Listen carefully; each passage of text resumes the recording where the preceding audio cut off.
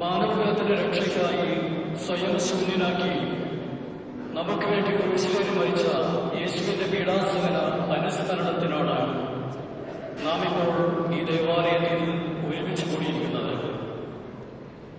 ഏറ്റവും പ്രിയമായുള്ളത് വേദനയോടെ നൽകുന്നതാണ് ബലി.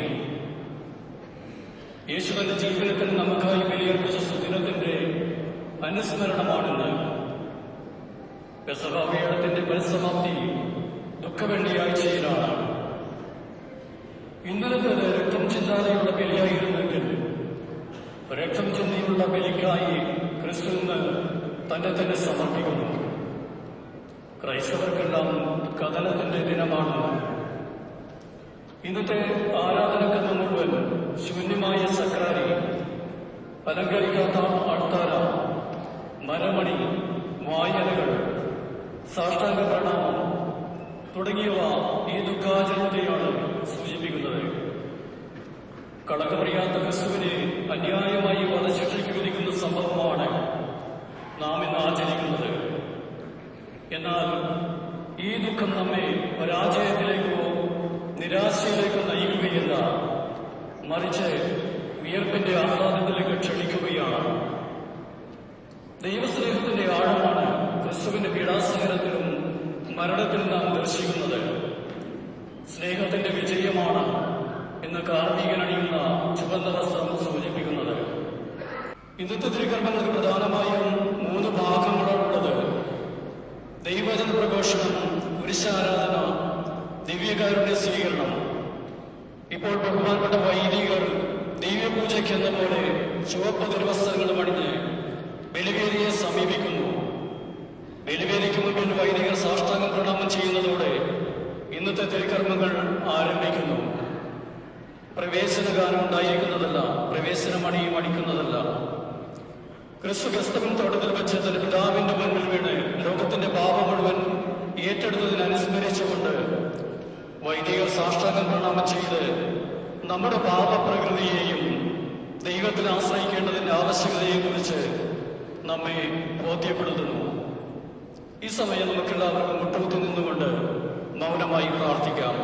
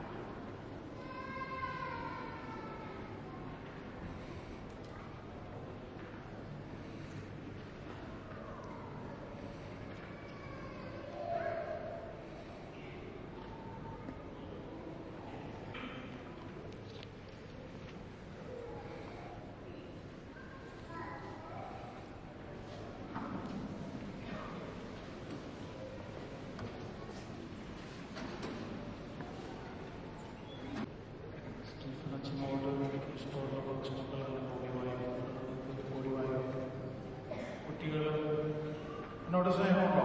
കുട്ടികൾക്ക് ഓടിവായോ? അപ്പനാണ് ഓടിവായോ? ഫ്രണ്ടിൽ വന്ന് ഓടിവായോ? നമ്മുടെ മക്കളെല്ലാം തയ്യാറായോ? റെഡി? നിങ്ങളോട് ശ്രദ്ധിക്കാതെ സംസാരിക്കുന്നുണ്ടോ? അത് സംസാരിക്കരുത്. നമുക്ക് പ്രാർത്ഥിക്കാം. ദൈവമേ, എത്രയോ കാരുണ്യവാനാണ്. അങ്ങയുടെ തിരുക്കുമാരൻ തൃപാദഭക്തരായ ഞങ്ങൾക്ക് വേണ്ടി രക്തം ചെലുത്തി മഹാരഹസ്യം സ്ഥാപിച്ചുവല്ലോ. അങ്ങയുടെ എളിയദാസരായ ഞങ്ങളെ വിശദീകരിക്കുകയും നിരന്തരം കാത്തുകൊള്ളുകയും ചെയ്യണമേ. കർത്താവായ ക്രിസ്തു വഴി ഞങ്ങൾ സമർപ്പിക്കുന്ന പ്രാർത്ഥന കേട്ടരുളണമേ. ഇവിടെ തിരുക്കർമ്മങ്ങളുള്ള 31 ഘട്ടമായ ദൈവവചന പ്രഘോഷണ കർമ്മമാണ് നടക്കുന്നത്. ഇസയ്യാസ് പ്രവാചകന്റെ പുസ്തകത്തിൽ നിന്നും ദൈവമായ കർത്താവ് അരുളിച്ചെയ്യുന്നു, എന്റെ ദാസന് ശ്രേയസ്സുണ്ടാവും. അവൻ അത്യുന്നതങ്ങളിലേക്ക് ഉയർത്തപ്പെടുകയും പുകഴ്ത്തപ്പെടുകയും ചെയ്യും. അവനെ കണ്ടവർ അമ്പരന്ന് പോയി. മനുഷ്യനുള്ള ത്വരിതം അവൻ നിരൂപനായിരിക്കുന്നു. അവന്റെ രൂപം മനുഷ്യന്റേതല്ല. അവൻ അനേക ജനതകളെ പരിഭ്രാന്തരാക്കും. രാജാക്കന്മാർ അവൻ മൂലം നിശബ്ദരാകും. അവരോട് പറഞ്ഞിട്ടില്ലാത്തവ അവർ കാണും, കേട്ടിട്ടില്ലാത്തവ മനസ്സിലാക്കുകയും ചെയ്യും. നമ്മൾ കേട്ടത് ആര് വിശ്വസിച്ചു? കർത്താവിന്റെ കരം ആർക്ക് വെളിപ്പെട്ടിട്ടുണ്ട്? തൈച്ചെടി പോലെ വരണ്ട ഭൂമിയിൽ നിൽക്കുന്ന മുള പോലെ അവൻ അവിടുത്തെ മുന്നിൽ വളർന്നു. സിദ്ധാർത്ഥമായ രൂപഭംഗിയോ ഗാംഭീര്യമോ ആകർഷകമായ സൗന്ദര്യമോ അവനുണ്ടായിരുന്നില്ല. അവൻ മനുഷ്യരാൽ നിന്ദിക്കപ്പെടുകയും ഉപേക്ഷിക്കപ്പെടുകയും ചെയ്തു. അവൻ വേദനയും ദുഃഖവും നിറഞ്ഞവനായിരുന്നു. അവനെ കണ്ടവർ മുഖം തിരിച്ചു കളഞ്ഞു. അവൻ നിന്ദിക്കപ്പെട്ടു. നാം അവനെ ബഹുമാനിച്ചിട്ടില്ല. നമ്മുടെ വേദനകളാണ് യഥാർത്ഥത്തിൽ അവൻ വഹിച്ചത്. നമ്മുടെ ദുഃഖങ്ങളാണ് അവൻ ചുമന്നത്. എന്നാൽ ദൈവം അവനെ പ്രഹരിക്കുകയും ശിക്ഷിക്കുകയും ദണ്ഡിപ്പിക്കുകയും ചെയ്തെന്ന് നാം കരുതി. നമ്മുടെ അതിക്രമങ്ങൾക്ക് വേണ്ടി അവൻ മുറിവേൽപ്പിക്കപ്പെട്ടു. നമ്മുടെ അകൃത്യങ്ങൾക്ക് വേണ്ടി ശതവേൽപ്പിക്കപ്പെട്ടു. അവന്റെ പേരുള്ള ശിക്ഷ നമുക്ക് രക്ഷ നൽകി. അവന്റെ ശിക്ഷകളാൽ നാം സൗഖ്യം പ്രാപിച്ചു. ആടുകളെ പോലെ നാം വഴിതെറ്റിപ്പോയി. നമ്മുടെ അകൃത്യങ്ങൾ കർത്താവ് അവന്റെ പേര് ചുമത്തി. അവൻ മർദ്ദിക്കപ്പെടുകയും പീഡിപ്പിക്കപ്പെടുകയും ചെയ്തു. എങ്കിലും അവൻ പിടിയാടിയില്ല. കൊല്ലാൻ കൊണ്ടുപോകുന്ന കുഞ്ഞാടിനെ പോലെയും രോഗം കത്തിരിക്കുന്നവരുടെ മുമ്പിൽ നിൽക്കുന്ന ചെമ്മരിയാടിനെ പോലെയും അവൻ മൗനം പാലിച്ചു. മർദ്ദനത്തിനും ശിക്ഷാവിധിക്കും അധീനനായി അവൻ എടുക്കപ്പെട്ടു. എന്റെ ജനത്തിന്റെ പാപനിമിത്തമാണ് അവൻ പീഡനമേറ്റ് ജീവിക്കുന്നവരുടെ ഇടയിൽ നിന്ന് വിച്ഛേദിക്കപ്പെട്ടതെന്ന് അവന്റെ തലമുറയിൽ ആരും കരുതി. അവൻ ഒരു അതിക്രമവും ചെയ്തിട്ടില്ല. അവന്റെ വായിൽ നിന്ന് വഞ്ചന പുറപ്പെട്ടിട്ടില്ല. എന്നിട്ടും ദുഷ്ടരുടെയും വിനീതരുടെയും ഇടയിൽ അവൻ സംസ്കരിക്കപ്പെട്ടു. അവന് ക്ഷതമേൽക്കുന്നത് കർത്താവിന്റെ ഹിതമായിരുന്നു. അവിടുന്നാണ് അവന്റെ ക്ലേശങ്ങൾക്ക് വിട്ടുകൊടുത്തത്. പാപപരിഹാരത്തിനായി തന്നെ തന്നെ അർപ്പിക്കുമ്പോൾ അവൻ തന്റെ സന്തതിപരമയെ കാണുകയും ദീർഘായുസ് സ്ഥാപിക്കുകയും ചെയ്യും. കർത്താവിന്റെ ഹിതം അവനിൽ നിറവേറുകയും ചെയ്യും. തന്റെ കഠിന വേദനയുടെ ഫലം കണ്ട് അവർ സംതൃപ്തരാകും. നീതിമാനായ എന്റെ ദാസൻ തന്റെ ജ്ഞാനത്താൽ അനേകരെ നീതിമാന്മാരാക്കും. അവനും അവരുടെ തിന്മകളെ വഹിക്കുകയും ചെയ്യും. മഹാന്മാരോടൊപ്പം ഞാനവന് അവകാശം കൊടുക്കും. ശക്തരോടുകൂടെ അവൻ വളർന്നതിൽ പങ്കിടും. എന്തെന്നാൽ അവൻ തന്റെ ജീവനെ മരണത്തിൽ ഏൽപ്പിച്ചു കൊടുക്കുകയും പാപങ്ങളോടുകൂടെ എണ്ണപ്പെടുകയും ചെയ്തു. എന്നിട്ടും അനേകരുടെ പാപഭാരം അവൻ പേറി അതിക്രമങ്ങൾക്ക് വേണ്ടി മാധ്യസ്ഥം വഹിച്ചു. കർത്താവിന്റെ വചനം. പിതാവേ, അങ്ങയുടെ കരങ്ങളിൽ എന്റെ ആത്മാവിനെ ഞാൻ സമർപ്പിക്കുന്നു.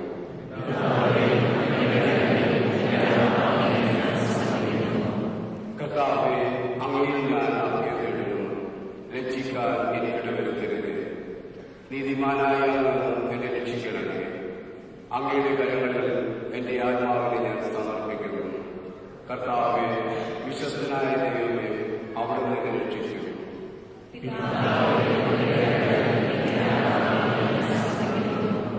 ശത്രുക്കൾക്ക് ഞാൻ പരിഹാസപാത്രമായി, അയൽക്കാർക്ക് ഞാൻ ഭീകരസത്വമാണ്. പരിചയക്കാർ എന്നെ കണ്ടെടുക്കുന്നു, തെരുവിലെന്നെ കാണണമെന്നത് ഓടിയകലുന്നു. മൃഗനെ പോലെ ഞാൻ വിസ്തൃതനായിരിക്കുന്നു, ഞാൻ ഉടഞ്ഞു ചിതറിയ പാത്രം പോലെയായി തീർന്നു.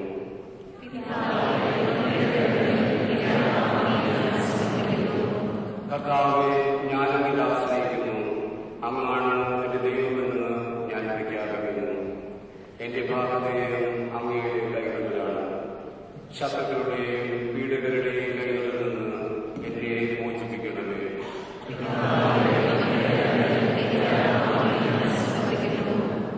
അങ്ങയുടെ ദൃഷ്ടി ഞാൻ ഈ ദാസന്റെ മേൽ പതിക്കണമേ. അങ്ങയുടെ കാരുണ്യത്താൽ എന്നെ രക്ഷിക്കണമേ. കർത്താവിനെ കാത്തിരിക്കുന്നവരെ ദുർബലരാകാതെ ധൈര്യം അവലംബിക്കുമേ.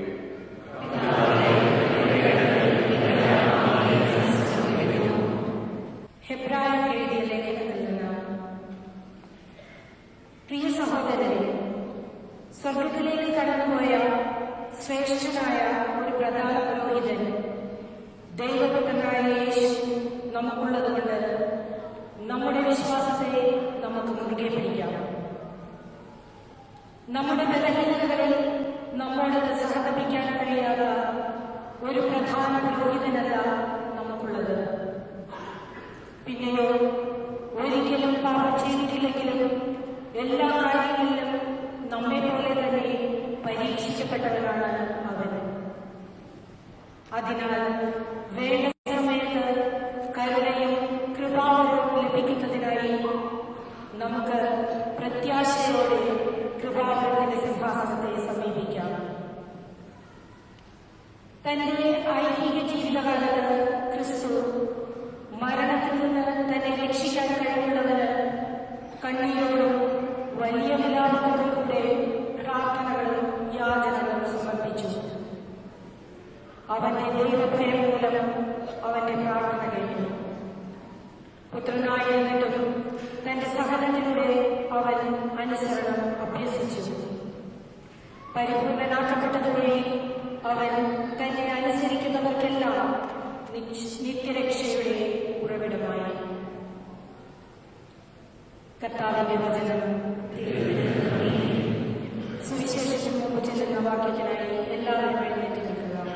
കർത്താവ് തന്നെ തന്നെ താഴ്ത്തി മരണത്തോളം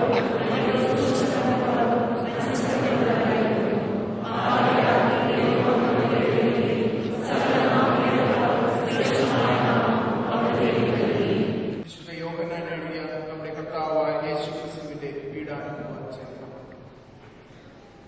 യേശു ശിഷ്യന്മാരോടുകൂടെ കെദ്രോൻ അരുവിയുടെ അക്കരയെത്തി.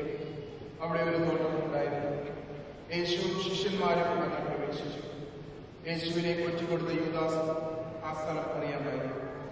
കാരണം യേശു പലപ്പോഴും ശിഷ്യന്മാരോടുകൂടെ അവിടെ സമ്മേളിക്കാറുണ്ടായിരുന്നു.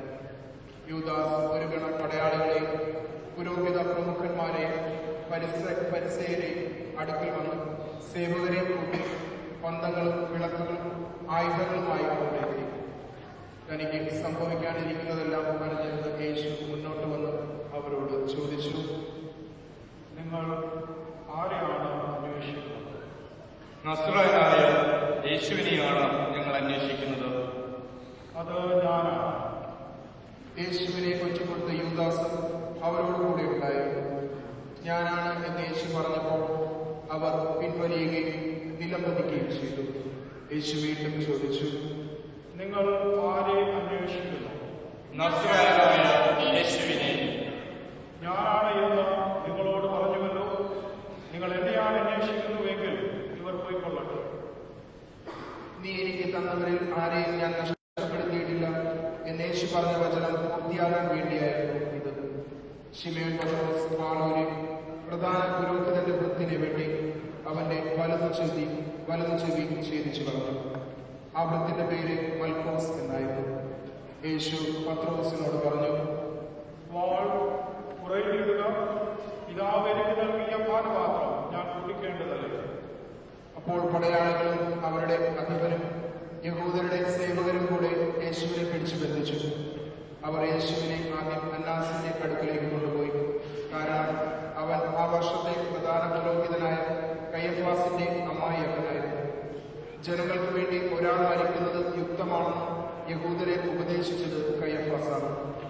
ശിമയോൻ പത്രോസും മറ്റൊരു ശിഷ്യനും യേശുവിനെ അനുഗമിച്ചിരുന്നു. ആ ശിഷ്യനെ പ്രധാനാചാര്യന് പരിചയമുണ്ടായിരുന്നു. അവൻ യേശുവിനോടുകൂടി പ്രധാന പുരോഹിതന്റെ കൊട്ടാരമുറ്റത്ത് പ്രവേശിച്ചു. പത്രോസാകട്ടെ പുറത്ത് വാതിൽക്കൽ നിന്നു. അതിനാൽ പ്രധാന പുരോഹിതന്റെ പരിചാരികയായ മറ്റേ ശിഷ്യൻ പുറത്തു നിന്ന് വാതിൽ കാവൽക്കാരിയോട് സംസാരിച്ച് പത്രോസിനെയും അകത്ത് പ്രവേശിപ്പിച്ചു. അപ്പോൾ ആ പരിചാരിക പത്രോസിനോട് ചോദിച്ചു, നീയും ഈ മനുഷ്യന്റെ ശിഷ്യന്മാരിൽ ഒരുവനല്ലേ? ഞാൻ ആ മനുഷ്യനെ അറിയുകയില്ല.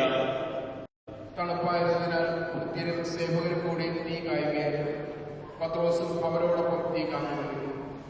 പ്രധാന പുരോഹിതൻ യേശുവിനെ അവന്റെ ശിഷ്യരുടെയും പ്രബോധനത്തെക്കുറിച്ച് ചോദ്യം ചെയ്തു. യേശു ഇപ്രകാരം മറുപടി പറഞ്ഞു, ഞാൻ പരസ്യമായിട്ടാണ് ലോകത്തോട് സംസാരിച്ചത്. എല്ലാ യഹൂദരും ഒരുമിച്ച് കൂടുന്ന സിനഗോഗിലും ദേവാലയത്തിലുമാണ് ഞാൻ പഠിപ്പിച്ചിട്ടുള്ളത്. രഹസ്യമായി ഞാനൊന്നും സംസാരിച്ചിട്ടില്ല. എന്നോട് ചോദിക്കുന്നതെന്ത്? ഞാൻ പറഞ്ഞതെന്താണെന്ന് അത് കേട്ടവരോട് ചോദിക്കുക. ഞാൻ എന്താണ് പറഞ്ഞതെന്ന് അവർക്കറിയാം. യേശു ഇത് പറഞ്ഞപ്പോൾ അടുത്തു നിന്നിരുന്ന സേവകരിൽ ഒരുവൻ യേശുവിനെ അടിച്ചുകൊണ്ട് ചോദിച്ചു, ഇങ്ങനെയാണോ പ്രധാന പുരോഹിതനോട് മറുപടി പറയുന്നത്? ഞാൻ പറഞ്ഞത് തെറ്റാണെങ്കിൽ അത് തെളിയിക്കുക. ശരിയാണ് പറഞ്ഞതെങ്കിൽ എന്തിനാ നീ എന്നെ അടിച്ചു? അപ്പോൾ അന്നാസ് യേശുവിനെ ബന്ധിച്ച് കയ്യഫാസിന്റെ അടുക്കലേക്ക് അയച്ചു.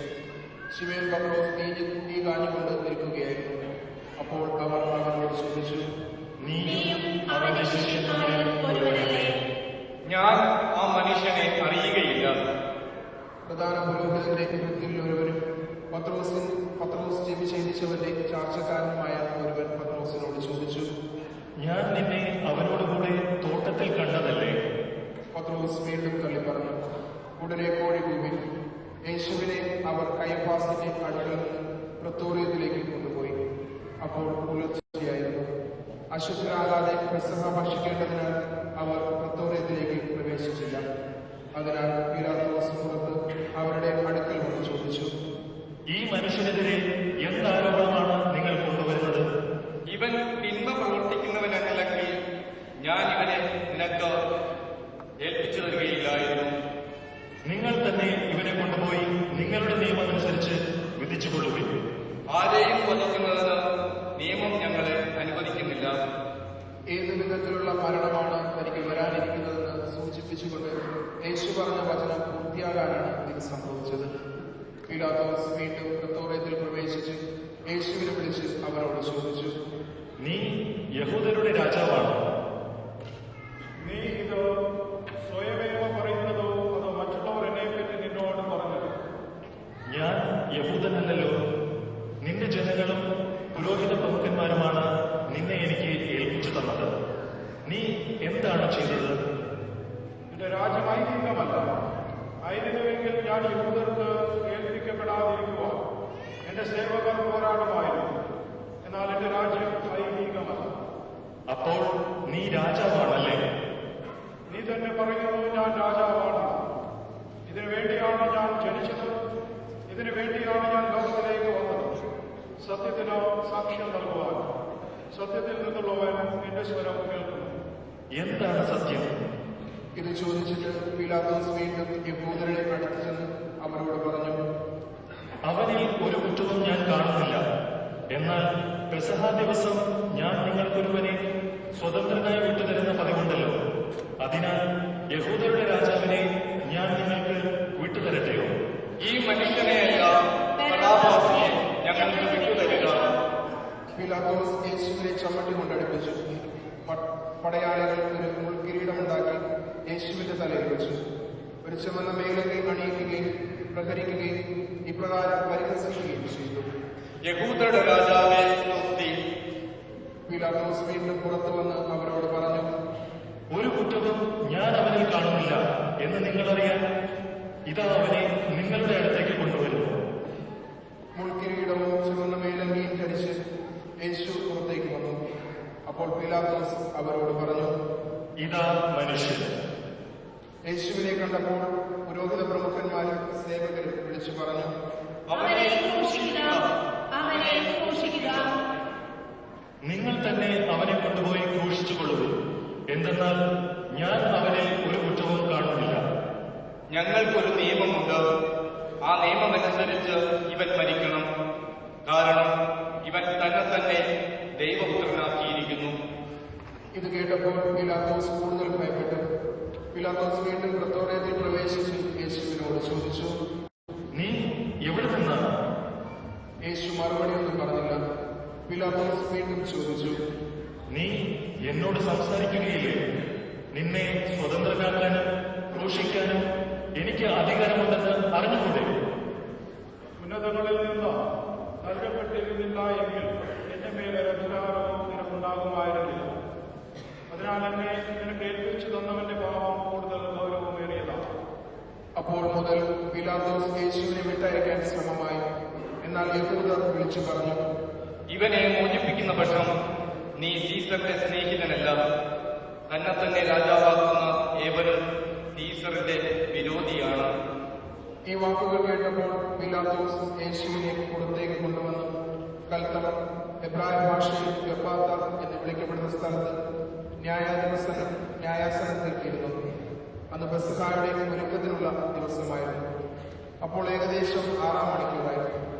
പീലാത്തോസ് യഹൂദരോട് പറഞ്ഞു, ഇതാ നിങ്ങളുടെ രാജാവ്. കൊണ്ടുപോകൂ, അവനെ കൊണ്ടുപോയി കുരിശിൽ തറയ്ക്കൂ. നിങ്ങളുടെ രാജാവിനെ ഞാൻ ക്രൂശിക്കണമെന്നോ? സീസറല്ലാതെ ഞങ്ങൾക്ക് വേറെ രാജാവില്ല. അപ്പോൾ പീലാത്തോസ് യേശുവിനെ ക്രൂശിക്കാനായി അവർക്ക് വിട്ടുകൊടുത്തു. അവർ യേശുവിനെ ഏറ്റുവാങ്ങി.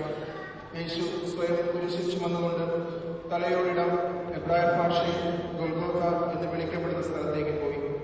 അവിടെ അവർ യേശുവിനെ ക്രൂശിച്ചു. യേശുവിനോടൊപ്പം മറ്റു 2 പേരെയും. യേശുവിനെ മധ്യത്തിലും അവരെ ഇരുവശങ്ങളിലുമായി. പീലാത്തോസ് ഒരു ശീർഷകം എഴുതി കുരിശിന് മുകളിൽ വെച്ചു. അത് ഇങ്ങനെയായിരുന്നു: നസ്രായന യേശു, യഹൂദരുടെ രാജാവ്. യേശുവിനെ ക്രൂശിച്ച സ്ഥലം പട്ടണത്തിന് സമീപത്തായതിനാൽ യഹൂദരിൽ പലരും ആ ശീർഷകം വായിച്ചു. അത് എബ്രായയിലും ലത്തീനിലും ഗ്രീക്കിലും എഴുതപ്പെട്ടിരുന്നു. എബ്രായരുടെ പുരോഹിത പ്രമുഖന്മാർ പീലാത്തോസിനോട് പറഞ്ഞു, യഹൂദരുടെ രാജാവ് എന്നല്ല, യഹൂദരുടെ രാജാവ് ഞാനാണ് എന്നവൻ പറഞ്ഞു എന്നാണ് എഴുതേണ്ടത്. ഞാൻ എഴുതിയത് എഴുതി. പടയാളികൾ യേശുവിനെ ക്രൂശിച്ച ശേഷം യേശുവിന്റെ വസ്ത്രങ്ങൾ 4 ഭാഗിച്ചു ഓരോ പടയാളികളും ഓരോ ഭാഗം വീതം എടുത്തു. യേശുവിന്റെ ആജ്ഞയും അവർ എടുത്തു. അതാകട്ടെ തുന്നലില്ലാതെ മുകൾ മുതൽ അടിവരെ നെയ്തുണ്ടാക്കിയതായിരുന്നു. ആകയാൽ അവർ പരസ്പരം പറഞ്ഞു, നമുക്ക് അത് കീറേണ്ട, പകരം അത് ആരുടേതായിരിക്കണമെന്ന് കുറിയിട്ട് തീരുമാനിക്കാം. എന്റെ വസ്ത്രങ്ങൾ അവർ ഭാഗിച്ചെടുത്തു, എന്റെ അങ്കിക്ക് വേണ്ടി അവർ കുറിയിട്ടു എന്ന് തിരുവെഴുത്ത് പൂർത്തിയാകാൻ വേണ്ടിയാണ് പടയാളികൾ ഇപ്രകാരം ചെയ്തത്. യേശുവിന്റെ കുരിശിനരികെ യേശുവിന്റെ അമ്മയും അമ്മയുടെ സഹോദരിയും ക്ലെപ്പാസിന്റെ ഭാര്യ മറിയവും മഗ്ദല മറിയവും നിൽക്കുന്നുണ്ടായിരുന്നു. യേശു തന്റെ അമ്മയും താൻ സ്നേഹിച്ച ശിഷ്യനും അടുത്തു നിൽക്കുന്നത് കണ്ട് അമ്മയോട് പറഞ്ഞു, സ്ത്രീയെ, ഇതാ നിന്റെ മകൻ. അനന്തരം യേശു ആ ശിഷ്യനോട് പറഞ്ഞു, ഇതാ നിന്റെ അമ്മ. അപ്പോൾ മുതൽ ആ ശിഷ്യൻ അവളെ സ്വന്തം ഭവനത്തിൽ സ്വീകരിച്ചു. അനന്തരം എല്ലാം നിറവേറിക്കഴിഞ്ഞുവെന്ന് അറിഞ്ഞ് തിരുവെഴുത്ത് പൂർത്തിയാകാൻ വേണ്ടി യേശു പറഞ്ഞു, എനിക്ക് ദാഹിക്കുന്നു. ഒരു പാത്രം നിറയെ വിനാഗിരി അവിടെ ഉണ്ടായിരുന്നു. അവർ വിനാഗിരിയിൽ കുതിർത്ത ഒരു നീർമഞ്ഞ് ഈസോപ്പ് ചെടിയുടെ തണ്ടിൽ വെച്ച് യേശുവിന്റെ ചുണ്ടോടടുപ്പിച്ചു. യേശു വിനാഗിരി സ്വീകരിച്ചിട്ട് പറഞ്ഞു, എല്ലാം പൂർത്തിയായിരിക്കുന്നു. യേശു തലചായ്ച്ച് ആത്മാവിനെ സമർപ്പിച്ചു.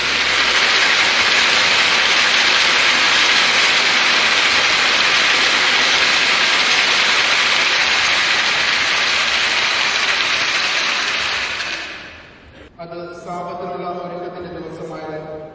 ആ സാബത്ത് ഒരു വലിയ ദിവസമായിരുന്നു. പാതാളത്തിൽ ശരീരങ്ങൾ കിടക്കാതിരിക്കാൻ വേണ്ടി അവരുടെ കാലുകൾ തകർക്കുവാൻ അവരെ നീക്കം ചെയ്യുവാൻ യഹൂദർ പീലാത്തോസിനോട് ആവശ്യപ്പെട്ടു. അതിനാൽ പടയാളികൾ വന്ന് യേശുവിനോടുകൂടെ ക്രൂശിക്കപ്പെട്ട രണ്ടുപേരുടെയും കാലുകൾ തകർത്തു. അവർ യേശുവിനെ സമീപിച്ചപ്പോൾ മരിച്ചു കഴിഞ്ഞു എന്ന് കാണുകയാണ് യേശുവിന്റെ കാലുകൾ തകർത്തില്ല. എന്നാൽ പടയാളികൾ ഒരുവൻ യേശുവിന്റെ പാർശ്വത്തിൽ കുന്തം കൊണ്ട് കുത്തി. ഉടനെ അവിടെ നിന്ന് രക്തവും വെള്ളവും പുറപ്പെട്ടു. അത് കണ്ടയാൾ തന്നെ സാക്ഷ്യപ്പെടുത്തിയിരിക്കുന്നു. അവന്റെ സാക്ഷ്യം സത്യവുമാണ്. നിങ്ങൾ വിശ്വസിക്കേണ്ടതിന് താൻ സത്യമാണ് പറയുന്നതെന്ന് അവൻ അറിയുകയും ചെയ്യുന്നു. അവന്റെ അസ്ഥികളിൽ ഒന്നുപോലും തകർക്കപ്പെടുകയില്ല എന്ന തിരുവെഴുത്ത് പൂർത്തിയാകാൻ വേണ്ടിയാണ് ഇത് സംഭവിച്ചത്.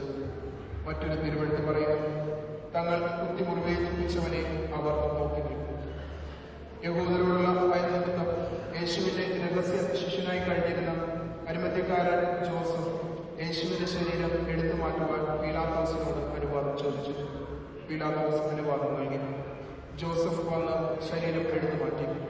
യേശുവിനെ ആദ്യ രാത്രിയിൽ ചെന്ന് കണ്ട നിക്കോദേമോസും അവിടെ ഉണ്ടായിരുന്നു.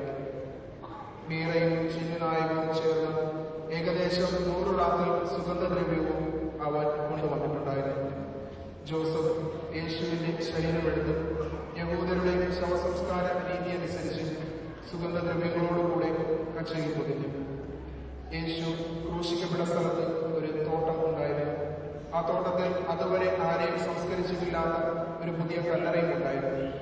യഹൂദരുടെ ഒരുക്കത്തിന്റെ ദിനമായിരുന്നതിനാലും കല്ലറ സമീപത്തും ആയിരുന്നതിനാലും അവർ യേശുവിനെ അവിടെ സംസ്കരിച്ചു. നമുക്ക് വേണ്ടി പീഡകളെ ഈശോയിൽ ഏറ്റവും സ്നേഹം നിറഞ്ഞ അഗസ്റ്റിനച്ഛൻ, പ്രിയമാതാപിതാക്കന്മാരെ, സഹോദരി സഹോദരന്മാരെ, സ്നേഹം നിറഞ്ഞ കുട്ടികളെ, ഈ ലോകം ചരിത്രമെടുത്തിട്ടുണ്ടെങ്കിൽ ചില ബ്രാൻഡുകൾ ഉണ്ടാക്കിയവരുണ്ട്, സ്വയം ബ്രാൻഡായിട്ട് മാറിയവരുണ്ട്.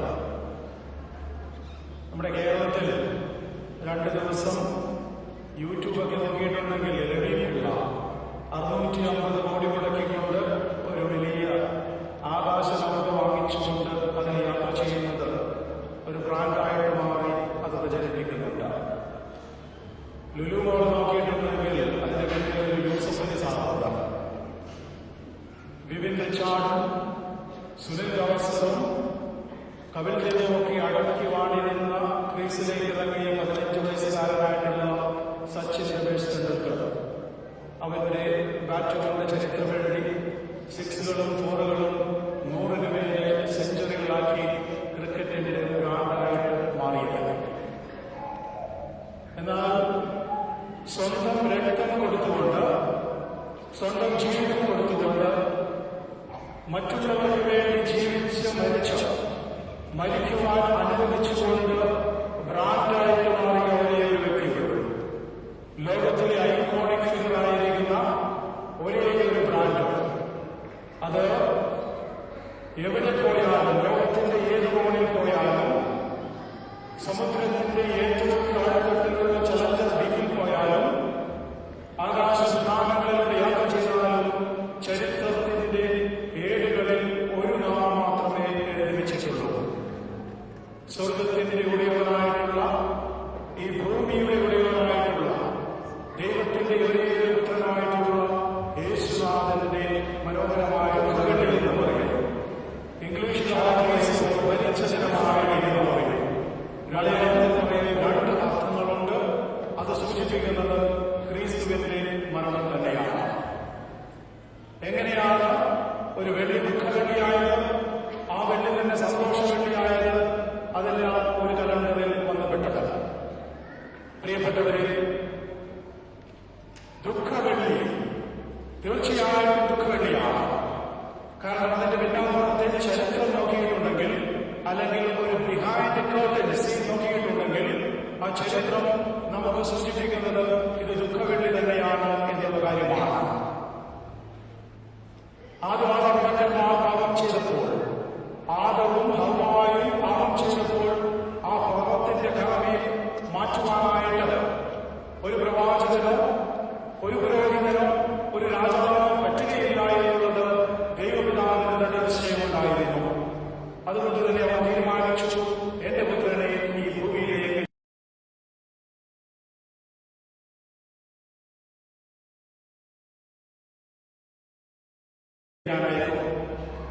അതിന് തയ്യാറായിട്ട് വന്ന ഒരു പുത്രൻ.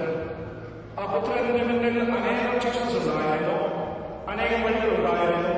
രാജാവിന്റെ മകനോ, പ്രഭുവിന്റെ മകനോ, പുരോഹിതന്റെ മകനോ, അല്ലെങ്കിൽ ഒരു വലിയ സേനാധിപന്റെ മകനോ ഒക്കെയായിട്ട് ജനിക്കുവാനുള്ള ഓപ്ഷൻസ് അവന്റെ മുന്നിലുണ്ടായിരുന്നു. എങ്കിലും ആരും പ്രതീക്ഷിക്കാത്ത ഒരു സാധാരണ അപ്പന്റെയും അമ്മയുടെയും മകനായിട്ട് കാലിൽ തൊഴുത്തിൽ ഏറ്റവും താഴ്ന്ന തട്ടിൽ ജനിച്ച ദൈവപുത്രൻ. ആ ദൈവപുത്രൻ പിന്നീട് അപ്പനും അമ്മയ്ക്ക് വിധേയമായിട്ട് ജീവിക്കുന്നു, എളിമയോടുകൂടി ജീവിക്കുന്നു, അറിവുകളും വിജ്ഞാനങ്ങളും ഒക്കെ നേടുന്നു. അതോടൊപ്പം തന്നെ അപ്പനെ സഹായിച്ചുകൊണ്ട് അപ്പന്റെ ലേഖനിൽ ജീവിക്കുന്നു, തച്ചന്റെ മകനായിട്ട്. പിന്നീട് 30-ാം വയസ്സിൽ അവൻ ഫീൽഡിലേക്ക് ഇറങ്ങുകയാണ്. അവൻ ഈ 3 വർഷക്കാലം ചരിത്രങ്ങൾ എഴുതിക്കൊണ്ട് ഒരു ചക്രവർത്തിമാർക്കും ഒരു രാജാക്കന്മാർക്കും ഈ ലോകത്തിലെ ഒരു പൊളിറ്റീഷ്യനും ചെയ്യാത്ത കാര്യങ്ങൾ അവൻ ചെയ്തു കഴിഞ്ഞു. അവനെല്ലാവരുടെയും മനസ്സിനെ അട്രാക്ട് ചെയ്തു. ഞാൻ എപ്പോഴും പറയാറുണ്ട്, അവനൊരിക്കലും അവന് വേണ്ടി ഗോപുരങ്ങൾ സൃഷ്ടിച്ചിട്ടില്ല, ഒരു പള്ളിയോ ഒരു കപ്പേടയോ സൃഷ്ടിച്ചിട്ടില്ല, ഒരു കല്ല് മറ്റൊരു കല്ലിന്റെ മേലെ വെച്ചുകൊണ്ട് ഒരു സ്തൂപമോ ഒരു സ്ഥാനമോ അവനുണ്ടാക്കിയിട്ടില്ല. എങ്കിലും ചരിത്രം ഇന്ന് ക്രിസ്തുവിനെ ഓർക്കാതെ കടന്നു പോകാറില്ല. ഈ ക്രിസ്തുവിന്റെ ദുഃഖങ്ങളെ കുറിച്ചും സന്തോഷങ്ങളെ കുറിച്ചുമുള്ള യാത്രകളാണ് ഇവന്റെ ഇന്നത്തെ ദിവസം ദുഃഖവെള്ളിയും സന്തോഷവെള്ളിയും ഒക്കെ ആകുന്നത്. ക്രിസ്തു എങ്ങനെയാണ് ഒരു ബ്രാൻഡായിട്ട് മാറിയത്, ഒരു ചരിത്രമായിട്ട് മാറിയത്? ക്രിസ്തു ഒരിക്കലും ഒരു ഡോക്ടറല്ല, ഒരു വൈദ്യനല്ല. എങ്കിലും അവന്റെ അടുത്ത് ഒത്തിരി പേഷ്യൻസ് ഉണ്ടായിരുന്നു. അന്ധരായിട്ടുള്ളവര്, ചെകിടരായിട്ടുള്ളവര്, നടക്കാൻ പറ്റാത്തവര്, പാരലൈസ്ഡ് ആയിട്ടുള്ളവര്, അങ്ങനെ പല രീതിയിലുള്ള ആളുകൾ ഉണ്ടായിരുന്നു. അവരെല്ലാം നല്ല വൈദ്യനായിരുന്നു. അവനൊരിക്കലും ഒരു മെഡിക്കൽ പ്രാക്ടീഷണേഴ്സ് എടുക്കുന്നത് പോലെ ഹിപ്പോക്രാറ്റ് കോർത്തൊന്നും എടുത്തിട്ടില്ല. ഹിപ്പോക്രാറ്റ് ആണ് ഈ മെഡിസിൻസ് ഒക്കെ ചെയ്യുന്നവരുടെ ഒരു ഫാദർ ഓഫ് മെഡിസിൻ എന്ന് പറയുന്നത്. ഈ ഹിപ്പോക്രാറ്റ് കോർത്തെടുക്കുന്നവരുണ്ട്. ഈശോയ്ക്ക് ഒരു ഹിപ്പോക്രാറ്റ് കോർത്തെടുത്തിട്ടില്ല. പക്ഷേ അവൻ അബോർഷനെതിരായിരുന്നു, ഉച്ചനേക്ഷയ്ക്കെതിരായിരുന്നു, അവൻ ഇൻഫന്റിസൈഡിന് എതിരായിരുന്നു. എന്നാൽ ഇപ്പോഴത്തെ ഡോക്ടർമാരൊക്കെ അങ്ങനെയാണ്. ക്രിസ്തു ജനങ്ങളുടെ മനസ്സ് അട്രാക്ട് ചെയ്തത് ജനങ്ങൾക്ക് വേണ്ടി ജീവിച്ചിട്ടാണ്. ഏറ്റവും നല്ല വൈദ്യനായിട്ട് ജീവിച്ച വ്യക്തി ക്രിസ്തു. ഏറ്റവും നല്ല അത്ഭുത സൃഷ്ടിയുടെ വ്യക്തിയായിരുന്നു, ദൈവത്തിന്റെ പുത്രനായിരുന്നു. അദ്ദേഹം ഒരു മജീഷ്യനായിരുന്നില്ല, ഒരു സൂപ്പർസ്റ്റിഷ്യസ് മൈൻഡ് വ്യക്തിയുമായിരുന്നില്ല. അദ്ദേഹം ഒമിനിപൊട്ടന്റും ഒമിനീഷ്യന്റുമായിരുന്നു. കാരണം ദൈവത്തിന്റെ ഒരു പുത്രനായിരുന്നു. അതുകൊണ്ട് തന്നെയാണ് പലപ്പോഴും മരിച്ചവരെ ഉയർപ്പിച്ചുകൊണ്ട് ഞാൻ ദൈവമാണെന്ന് അവൻ പറയാതെ പറഞ്ഞത്. അതിന് ജേർണലിസ്റ്റിന്റെ മകളുണ്ടായിരുന്നു, നെയ്ലിന്റെ വിധവയുടെ ഒരേയൊരു മകനുണ്ടായിരുന്നു, ലാസറസ് എന്ന് പറയുന്ന അവന്റെ കൂടെ പിറക്കാത്ത കൂടപ്പിറപ്പുമുണ്ടായിരുന്നു. അങ്ങനെ 3 പേർക്ക് വീണ്ടും ഒരു ജന്മം കൊടുത്തിട്ട് ഇവൻ മരണത്തിന്റെ അധിപനാണെന്ന് സ്വയം അവരോധിക്കുന്നുണ്ട്. എങ്കിലും പലപ്പോഴും അവന്റെ ആ ഒരു പവർ ഇഗ്നറന്റായിട്ട് അല്ലെങ്കിൽ കൺവീനിയന്റ് ആയിട്ട് മറന്നുപോയി എന്നുള്ളതാണ്. അവൻ നല്ല ഒരു അത്ഭുത സൃഷ്ടിയുള്ള വ്യക്തിയായിരുന്നു. ക്രിസ്തു ഏറ്റവും നല്ല എഞ്ചിനീയറായിരുന്നു. അതുകൊണ്ട് തന്നെയാണ് ക്രിസ്തു പറയുന്നത്, നിങ്ങളുടെ കയ്യിൽ ഇൻവെസ്റ്റ്മെന്റ് ഇല്ല എങ്കിൽ വലിയ ഗോപുരങ്ങൾ സൃഷ്ടിക്കരുത്. വലിയ ഗോപുരങ്ങൾ സൃഷ്ടിക്കുവാൻ ആഗ്രഹപ്രകാരം നിങ്ങൾ തുറന്നിറങ്ങി അത് ചെയ്ത് പൂർത്തിയാക്കുവാൻ പറ്റിയില്ലെങ്കിൽ ആളുകൾ നിങ്ങൾ കളിയാക്കും. അതുപോലെ തന്നെ ഗോപുരങ്ങൾ സൃഷ്ടിക്കുമ്പോൾ അത് പാർപ്പുറത്താണ് ചെയ്യേണ്ടത്. അത് ഫ്ലെക്സിബിൾ ആയിട്ടുള്ള മണ്ണിലല്ല, അല്ലെങ്കിൽ ഒരുപക്ഷെ പിസ ഗോപുരം പോലെ ചരിഞ്ഞിരിക്കുവാനായിട്ട് സാധ്യതയുണ്ട്. അതുകൊണ്ട് നല്ല രീതിയിൽ ചിന്തിച്ച് ചെയ്യുക. ഏറ്റവും നല്ല എഞ്ചിനീയറാണ് ക്രിസ്തു. ഏറ്റവും നല്ല ഫാർമറായിരുന്നു ക്രിസ്തു. ഈ കർഷകരുടെ ഇടയിൽ ചെന്നുകൊണ്ട് പറയുവേ, കർഷക ഇങ്ങനെയല്ല വിത്ത് വിതയ്ക്കേണ്ടത്. നോക്കുക, നിങ്ങൾ വിത്ത് വിതയ്ക്കുമ്പോൾ കെയർഫുള്ളി അല്ലായെങ്കിൽ വീട്ടിൽ വഴക്കിട്ടുകൊണ്ട് ഭാര്യയോട് ഇറങ്ങി വന്നിട്ട് ആ വൈരാഗ്യം നിങ്ങളുടെ കയ്യിലിരിക്കുന്ന ഈ വിത്തുകളോട് തീർക്കരുത്. ഈ വിത്തുകൾ എറിയുമ്പോൾ അത് നല്ല നിലത്ത് വീഴും. കുറച്ച് പാറപ്പുറത്ത് വീണിട്ടുണ്ട്, ഇവിടെ നമുക്ക് കുറച്ച് മുള്ളുകളുടെ ഇടയിൽ വീണിട്ടുണ്ട്, ഇവിടെ നമുക്ക് കുറച്ച് ഈ വഴിയോരങ്ങളിൽ നിന്നുണ്ട്. ഇതെല്ലാം പക്ഷികൾ ഒത്തിപ്പോകും. ഈ പാറപ്പുറത്തുള്ളത് പെട്ടെന്ന് ഉയർന്നു വരും, പക്ഷേ സൂര്യപ്രകാശം വരുമ്പോൾ അത് തകർന്നു പോകും. ഇതാ മുൾച്ചെടിയുടെ അവനെ ഞെരുക്കികളെ അതിനുള്ള ശ്രദ്ധയോടെ വിത്തെറിയുക. അവൻ വീണ്ടും നടന്നു പോവുകയാണ്. അവിടെയെല്ലാം ഒത്തിരി പേര് മീൻ പിടിക്കുന്നു. അവൻ ഏറ്റവും നല്ലൊരു ഫിഷർമാനാണ്. പത്രോസ് അവനോട് പറയുന്നത് ഒന്നും തന്നെ കിട്ടിയില്ല. പത്രോസിനെ ഒന്ന് നോക്കിയിട്ട് പറയുന്നു, ഓക്കെ ഗുഡ്, നീ എന്റെ കൂടെ വരിക, ഈ ഭാഗത്ത് ഒന്ന് വലയെറിയുക. ഈ വെള്ളത്തിന്റെ നിറവ്യത്യാസം കാണുമ്പോൾ ഏറ്റവും നല്ല മീൻപിടുത്തക്കാരൻ അറിയാൻ പറ്റും എവിടെയാണ് മീനുള്ളതെന്ന്. ഗ്രീസിനറിയാം. കാരണം അവൻ മീൻ ഒരിക്കലും പിടിക്കാത്ത നല്ല മീൻപിടുത്തക്കാരനായിരുന്നു. ഗ്രീസ് വീണ്ടും പോവുകയാണ്. മലയാള പ്രദേശത്തിന്റെ ചരിത്ര ഭാഗത്ത് അവിടെ ആടുകളെ വഹിക്കുന്നവരെ അവൻ കാണുന്നു. അവൻ പറയുന്നുണ്ട്, അല്ലയോ ഇടയാണ് ഉറങ്ങരുത്, നല്ല ഇടയനായിരിക്കുക. നല്ല ഇടയൻ ആടുകളെ പാലിക്കുന്നു. നീയാണ് മുന്നിൽ നടക്കേണ്ടത്. നീ മുന്നിൽ നടക്കുമ്പോൾ ചെന്നായി വന്നാലും കുറുനരി വന്നാലും സിംഹം വന്നാലും കടുവ വന്നാലും ആദ്യം തിന്നേണ്ടത് നിന്നെയാണ്. ഒരു കപ്പലിലെ കപ്പിത്താന്റെ നിയമം പോലെ കപ്പൽ മുങ്ങുമ്പോൾ കപ്പലിലുള്ളവരെ രക്ഷിക്കുവാൻ പറ്റിയില്ലെങ്കിൽ കപ്പിത്താൻ അവന്റെ ക്യാബിനിൽ ലോക്ക് ചെയ്ത് മരിക്കണമെന്നുള്ളതാണ്. അതുപോലെയാണ് ഒരിടയൻ. ക്രിസ്തു നല്ല ഒരിടയനായിരുന്നു. വീണ്ടും ക്രിസ്തു ഇങ്ങനെ പോവുകയാണ്. ക്രിസ്തു ഓരോ സ്ഥലങ്ങളിലും അവനെ പ്രബലനാക്കുന്നുണ്ട്. ക്രിസ്തു ഒരിക്കലും ലോകം ഭരിക്കാത്ത ഒരു രാജാവാണ്. അവന് പ്രജകളില്ല, യുദ്ധങ്ങൾ ചെയ്തിട്ടില്ല. എങ്കിലും ആളുകൾ അവരെ രാജാവായിട്ട് അവതരിച്ചു. അറിഞ്ഞും അറിയാതെയും പീലാത്തോസ് വെച്ചിരിക്കുന്ന ഒരു ബോർഡുണ്ടല്ലോ, ജീസസ്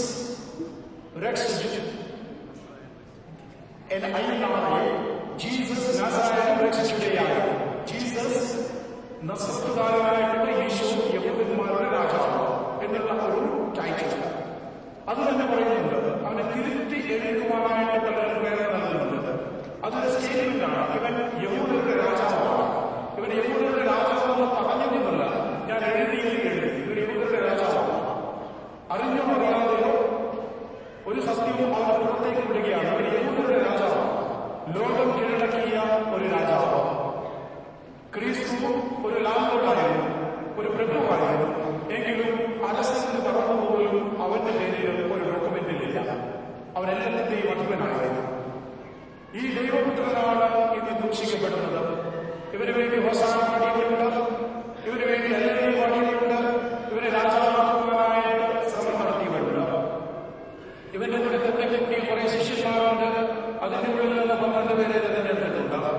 അങ്ങനെ നല്ല ദിനങ്ങളുടെ സന്തോഷപ്രദമായിട്ടുള്ള ഓർമ്മകൾ ഇതങ്ങോട്ട് കടന്നു പോവുകയാണ്. ഇതിനൊരു സന്തോഷവേണ്ടിയാകുന്നത് അല്ലെങ്കിൽ ഗുഡ് ഫ്രൈഡേ ആകുന്നത് ക്രിസ്തു വന്നില്ല എങ്കിൽ, ക്രിസ്തു ഈ ഭൂമിയിൽ ഇങ്ങനെ ജീവിച്ചില്ലായിരുന്നുവെങ്കിൽ, ക്രിസ്തു നമുക്ക് വേണ്ടി മരിച്ചില്ലായിരുന്നുവെങ്കിൽ നമുക്ക് വേണ്ടി പ്രാർത്ഥിക്കുവാൻ ഒരുവനുണ്ടാകില്ലായിരുന്നു. നമുക്ക് വേണ്ടി ദൈവപുത്രനോട് മാധ്യസ്ഥം വഹിക്കുവാനായിട്ട് ഒരു ദൈവപുത്രൻ ഈ ഭൂമിയിൽ ഉണ്ടാകില്ലായിരുന്നു. നമുക്ക് വേണ്ടി പിതാവായ ദൈവത്തോട് മാധ്യസ്ഥം വഹിക്കുവാനായിട്ട് വന്നതാണ്. നമ്മുടെ സൽവേഷൻ, നമ്മുടെ റിഡംഷൻ ഈ ഭൂമിയിലേക്ക് കൊണ്ടുവന്നത് ക്രിസ്തുവാണ്. ആ ക്രിസ്തുവിന്റെ മരണം ഈ ഭൂമിയിലേക്ക് സാൽവേഷൻ കൊണ്ടുവരുവാനായിട്ട് ഇന്നെവിറ്റബിളായിരുന്നു. നമ്മൾ പലപ്പോഴും പറയാറുണ്ട്, ക്രിസ്തു പോയിട്ട് പാപങ്ങളുണ്ടല്ലോ, ഇവിടെ കൊലപാതകങ്ങൾ നടക്കുന്നുണ്ടല്ലോ, വ്യഭിചാരങ്ങൾ നടക്കുന്നുണ്ടല്ലോ, ഇവിടെ കറപ്ഷൻസ് ഉണ്ടല്ലോ, എല്ലാം ഉണ്ടല്ലോ. പിന്നെ എങ്ങനെയാണ് ഈ സാൽവേഷൻ എന്ന് പറയുന്നത്? അവിടെയാണ് നമ്മൾ വ്യത്യസ്തരാകുന്നത്. ലോകചരിത്രം എടുത്തിട്ടുണ്ടെങ്കിൽ പല വിശ്വാസങ്ങളുണ്ട്. അതിന് മതവിശ്വാസം എന്ന് നമുക്ക് പറയാം. എങ്കിലും ഓരോ വിശ്വാസം നോക്കിയാലും ദൈവത്തെ മുന്നിൽ നിർത്തിക്കൊണ്ട് ഒരു ഐഡന്റിഫിക്കേഷൻ കൊടുക്കുന്നത് നമ്മൾ മാത്രമാണ്. ഒരു വ്യക്തിയെ മുന്നിൽ നിർത്തിക്കൊണ്ട് ഇവരാണ് ദൈവത്തിന്റെ പുത്രൻ, അത് പ്രൂവ് ചെയ്തിട്ട് നമ്മൾ ലോകത്തിന് ഒരു സമ്മാനമാക്കി കൊടുക്കുന്ന മഹത് വ്യക്തിയാണ് ഇന്ന് കുരിശിൽ നമുക്ക് വേണ്ടി മരിച്ചു കിടക്കുന്നത്. ചുരുക്കി പറഞ്ഞിട്ടുണ്ടെങ്കിൽ ദുഃഖം വരുമ്പോൾ നമ്മുടെ കൂടെ നിൽക്കുവാൻ ഒരപ്പനുണ്ട്. നമുക്കൊരു ഐഡന്റിറ്റി ഉണ്ട്. ആ ഐഡന്റിറ്റിയെ പറയുന്ന പേരാണ് സാൽവേഷൻ അല്ലെങ്കിൽ റിഡംഷൻ. ബാക്കിയുള്ള ടേമുകളും ഓരോ ലാംഗ്വേജ് അനുസരിച്ച് അതിന്റെ അർത്ഥം നിൽക്കുന്നത് ദൈവം എന്നുള്ളതാണ്. ദൈവം എന്നാൽ ഒരു അബ്സ്ട്രാക്ട് ഫോമാണ്. ദൈവം എന്നാൽ ഒരു അബ്സ്ട്രാക്ട് ഫോമാണ്. എന്നാൽ ക്രിസ്തു, ഈശോ എന്ന് പറയുന്നത് ഒരു കോൺക്രീറ്റ് ഫോമാണ്. ഹ്യൂമൻ എന്ന് പറഞ്ഞാൽ എല്ലാവരും ഉണ്ട്. എന്നാൽ സ്റ്റീഫൻ എന്ന് പറഞ്ഞാൽ ഞാനാണ്. അതുപോലെയാണ് ദൈവം എന്ന് പറഞ്ഞുകൊണ്ട് പ്രാർത്ഥിക്കുന്ന ഒത്തിരി പേരുണ്ട്. എന്നാൽ ക്രിസ്തു എന്ന് പറഞ്ഞുകൊണ്ട് ദൈവത്തെ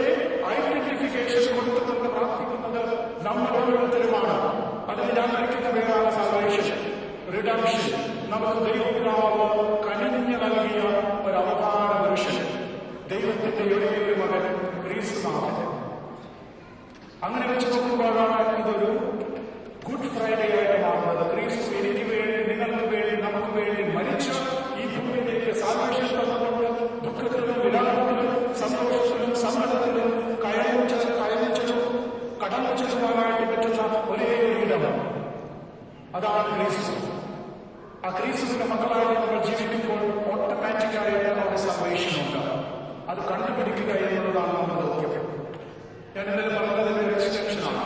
നമ്മുടെ സാൽവേഷൻ കണ്ടുപിടിക്കുന്നത്, നമുക്ക് കിട്ടുന്ന അനുഗ്രഹങ്ങൾ നമ്മൾ കണ്ടുപിടിക്കുന്നത്, അത് ആസ്വദിക്കുന്നത്, അതൊരു പക്ഷേ തോമസ് ആൽവ എഡിസനോ അല്ലെങ്കിൽ സർ ഐസക് ന്യൂട്ടനോ മാർക്കോണിയോ അല്ലെങ്കിൽ മാഡം ക്യൂറിയോ ഒക്കെ ഈ ഭൂമിയിൽ നൽകിയ കോൺട്രിബ്യൂഷനേക്കാൾ എത്രയോ വലുതാണ്.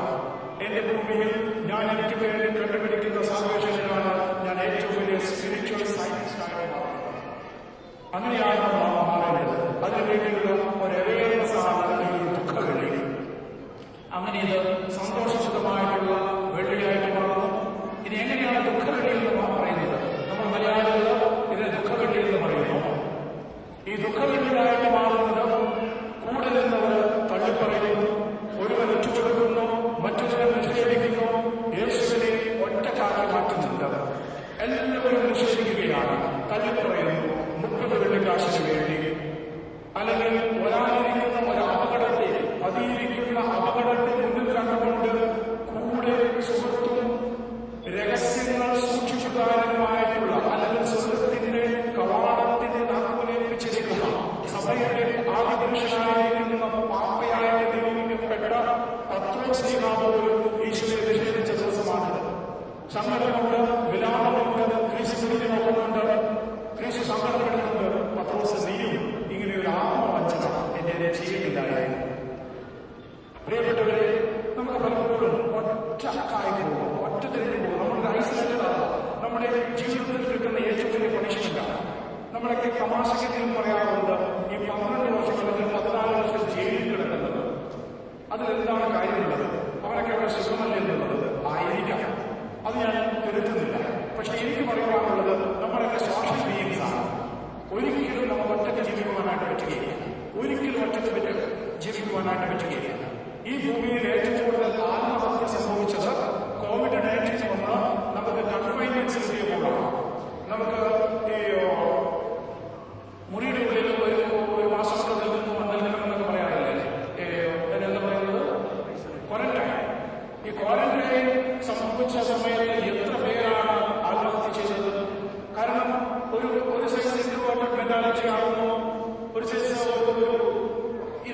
ഒരു സോഷ്യൽ ബീയിങ് എന്നതിൽ നിന്ന് ഒരു കംപ്രസ്ഡ് ആയിട്ടുള്ള വളരെ ഒരു ഡിപ്രസീവ് മൂലം പോകുന്ന സമയത്ത് എന്ത് ചെയ്യണമെന്നറിയാതെ എത്രയോ മക്കളാണ് ആത്മഹത്യ ചെയ്തത്. ക്രിസ്തു ഒറ്റക്കാളുന്ന ഒരു അവസ്ഥയുണ്ടല്ലോ. ആ ഒറ്റക്കാളുന്ന അവസ്ഥയ്ക്ക് നമ്മൾ പറയുന്ന പേരാണ് ദുഃഖവെള്ളി. തള്ളിപ്പറയുന്ന, നിഷേധിക്കുന്ന, അവരെ നോക്കി ചിരിക്കുന്ന മറ്റുള്ളവരൊക്കെ ഉണ്ടല്ലോ, ഇതിനെല്ലാം ഒരുമിച്ച് പറയുന്ന ഒരു പേരാണ് ദുഃഖവെള്ളി. ഇനി ഇതിനേക്കാളൊക്കെ ഉപരിയായിട്ട് നിങ്ങൾ അപ്പനമ്മമാരിവിടെയുണ്ട്. എന്റെ അപ്പനും അമ്മയും, എന്റെ അപ്പൻ ജീവിച്ചിരിക്കുന്ന അമ്മയിലുമുണ്ട്. അമ്മ മരിച്ചുപോയി. ഒരു വിധത്തിൽ നോക്കുമ്പോൾ ഓക്കെ, അമ്മ മരിച്ചു, എനിക്ക് ദുഃഖമുണ്ട്, ചില സന്ദർഭങ്ങളിൽ ഓർത്ത് കരയാറുമുണ്ട്. എങ്കിലും ഒരു ലോജിക്കൽ ചിന്തയിൽ ഞാൻ ചിന്തിക്കുമ്പോൾ എന്തിന് ഞാൻ കരയണം? കാരണം ആ ജീവിച്ചു പോയ നല്ല സ്ത്രീകളെ ഭാഗമല്ല ഞാൻ. അവര് ഈ ഭൂമിയിൽ കോൺട്രിബ്യൂട്ട് ചെയ്ത 3 ജന്മങ്ങളിലൊന്നല്ല ഞാൻ. പിന്നെ ഞാൻ എന്തിനു കരയണം? അവര് ബാക്കി വെച്ച ചെയ്യുവാനായിട്ട് മറന്നുപോയ നന്മകൾ ഞാൻ ചെയ്യുക. പക്ഷേ മക്കൾ മരിച്ചാലല്ലേ? നിങ്ങൾ ആറ്റ് നോറ്റ് ജന്മം കൊടുത്ത് പോറ്റി വളർത്തിയ മക്കൾ നിങ്ങളുടെ മുൻപിൽ വെച്ച് മരിച്ചിട്ടുണ്ടെങ്കിൽ ഒരു പേരൻസിന് കിട്ടാവുന്ന ഏറ്റവും വലിയ പണിഷ്മെന്റാണ്. ഏറ്റവും വലിയ പണിഷ്മെന്റാണ്. ഇന്നത് നോക്കുമ്പോൾ നിങ്ങളുടെ മുന്നിൽ വെച്ച് നിങ്ങളുടെ മകനെയോ മകളെയോ ഒരു തെമ്മാടിയെ പോലെ, ഒരു തോന്നിവാസിയെ പോലെ പിടിച്ചുകൊണ്ട് അവനെയോ അവളെയോ ഏറ്റവും ക്രൂരമായിട്ടുള്ള രീതിയിൽ ഈ ഭൂമിയിൽ നിന്ന് നിഷ്ഠൂരമായിട്ട് വധിക്കുമ്പോൾ അതിന് ദൃഢസാക്ഷികളാവുന്ന അമ്മയോ അപ്പനോ ഒക്കെ ഉണ്ടല്ലോ. അവർക്ക് കിട്ടാവുന്ന ഒരു വെള്ളിയാണ് ദുഃഖവെള്ളി.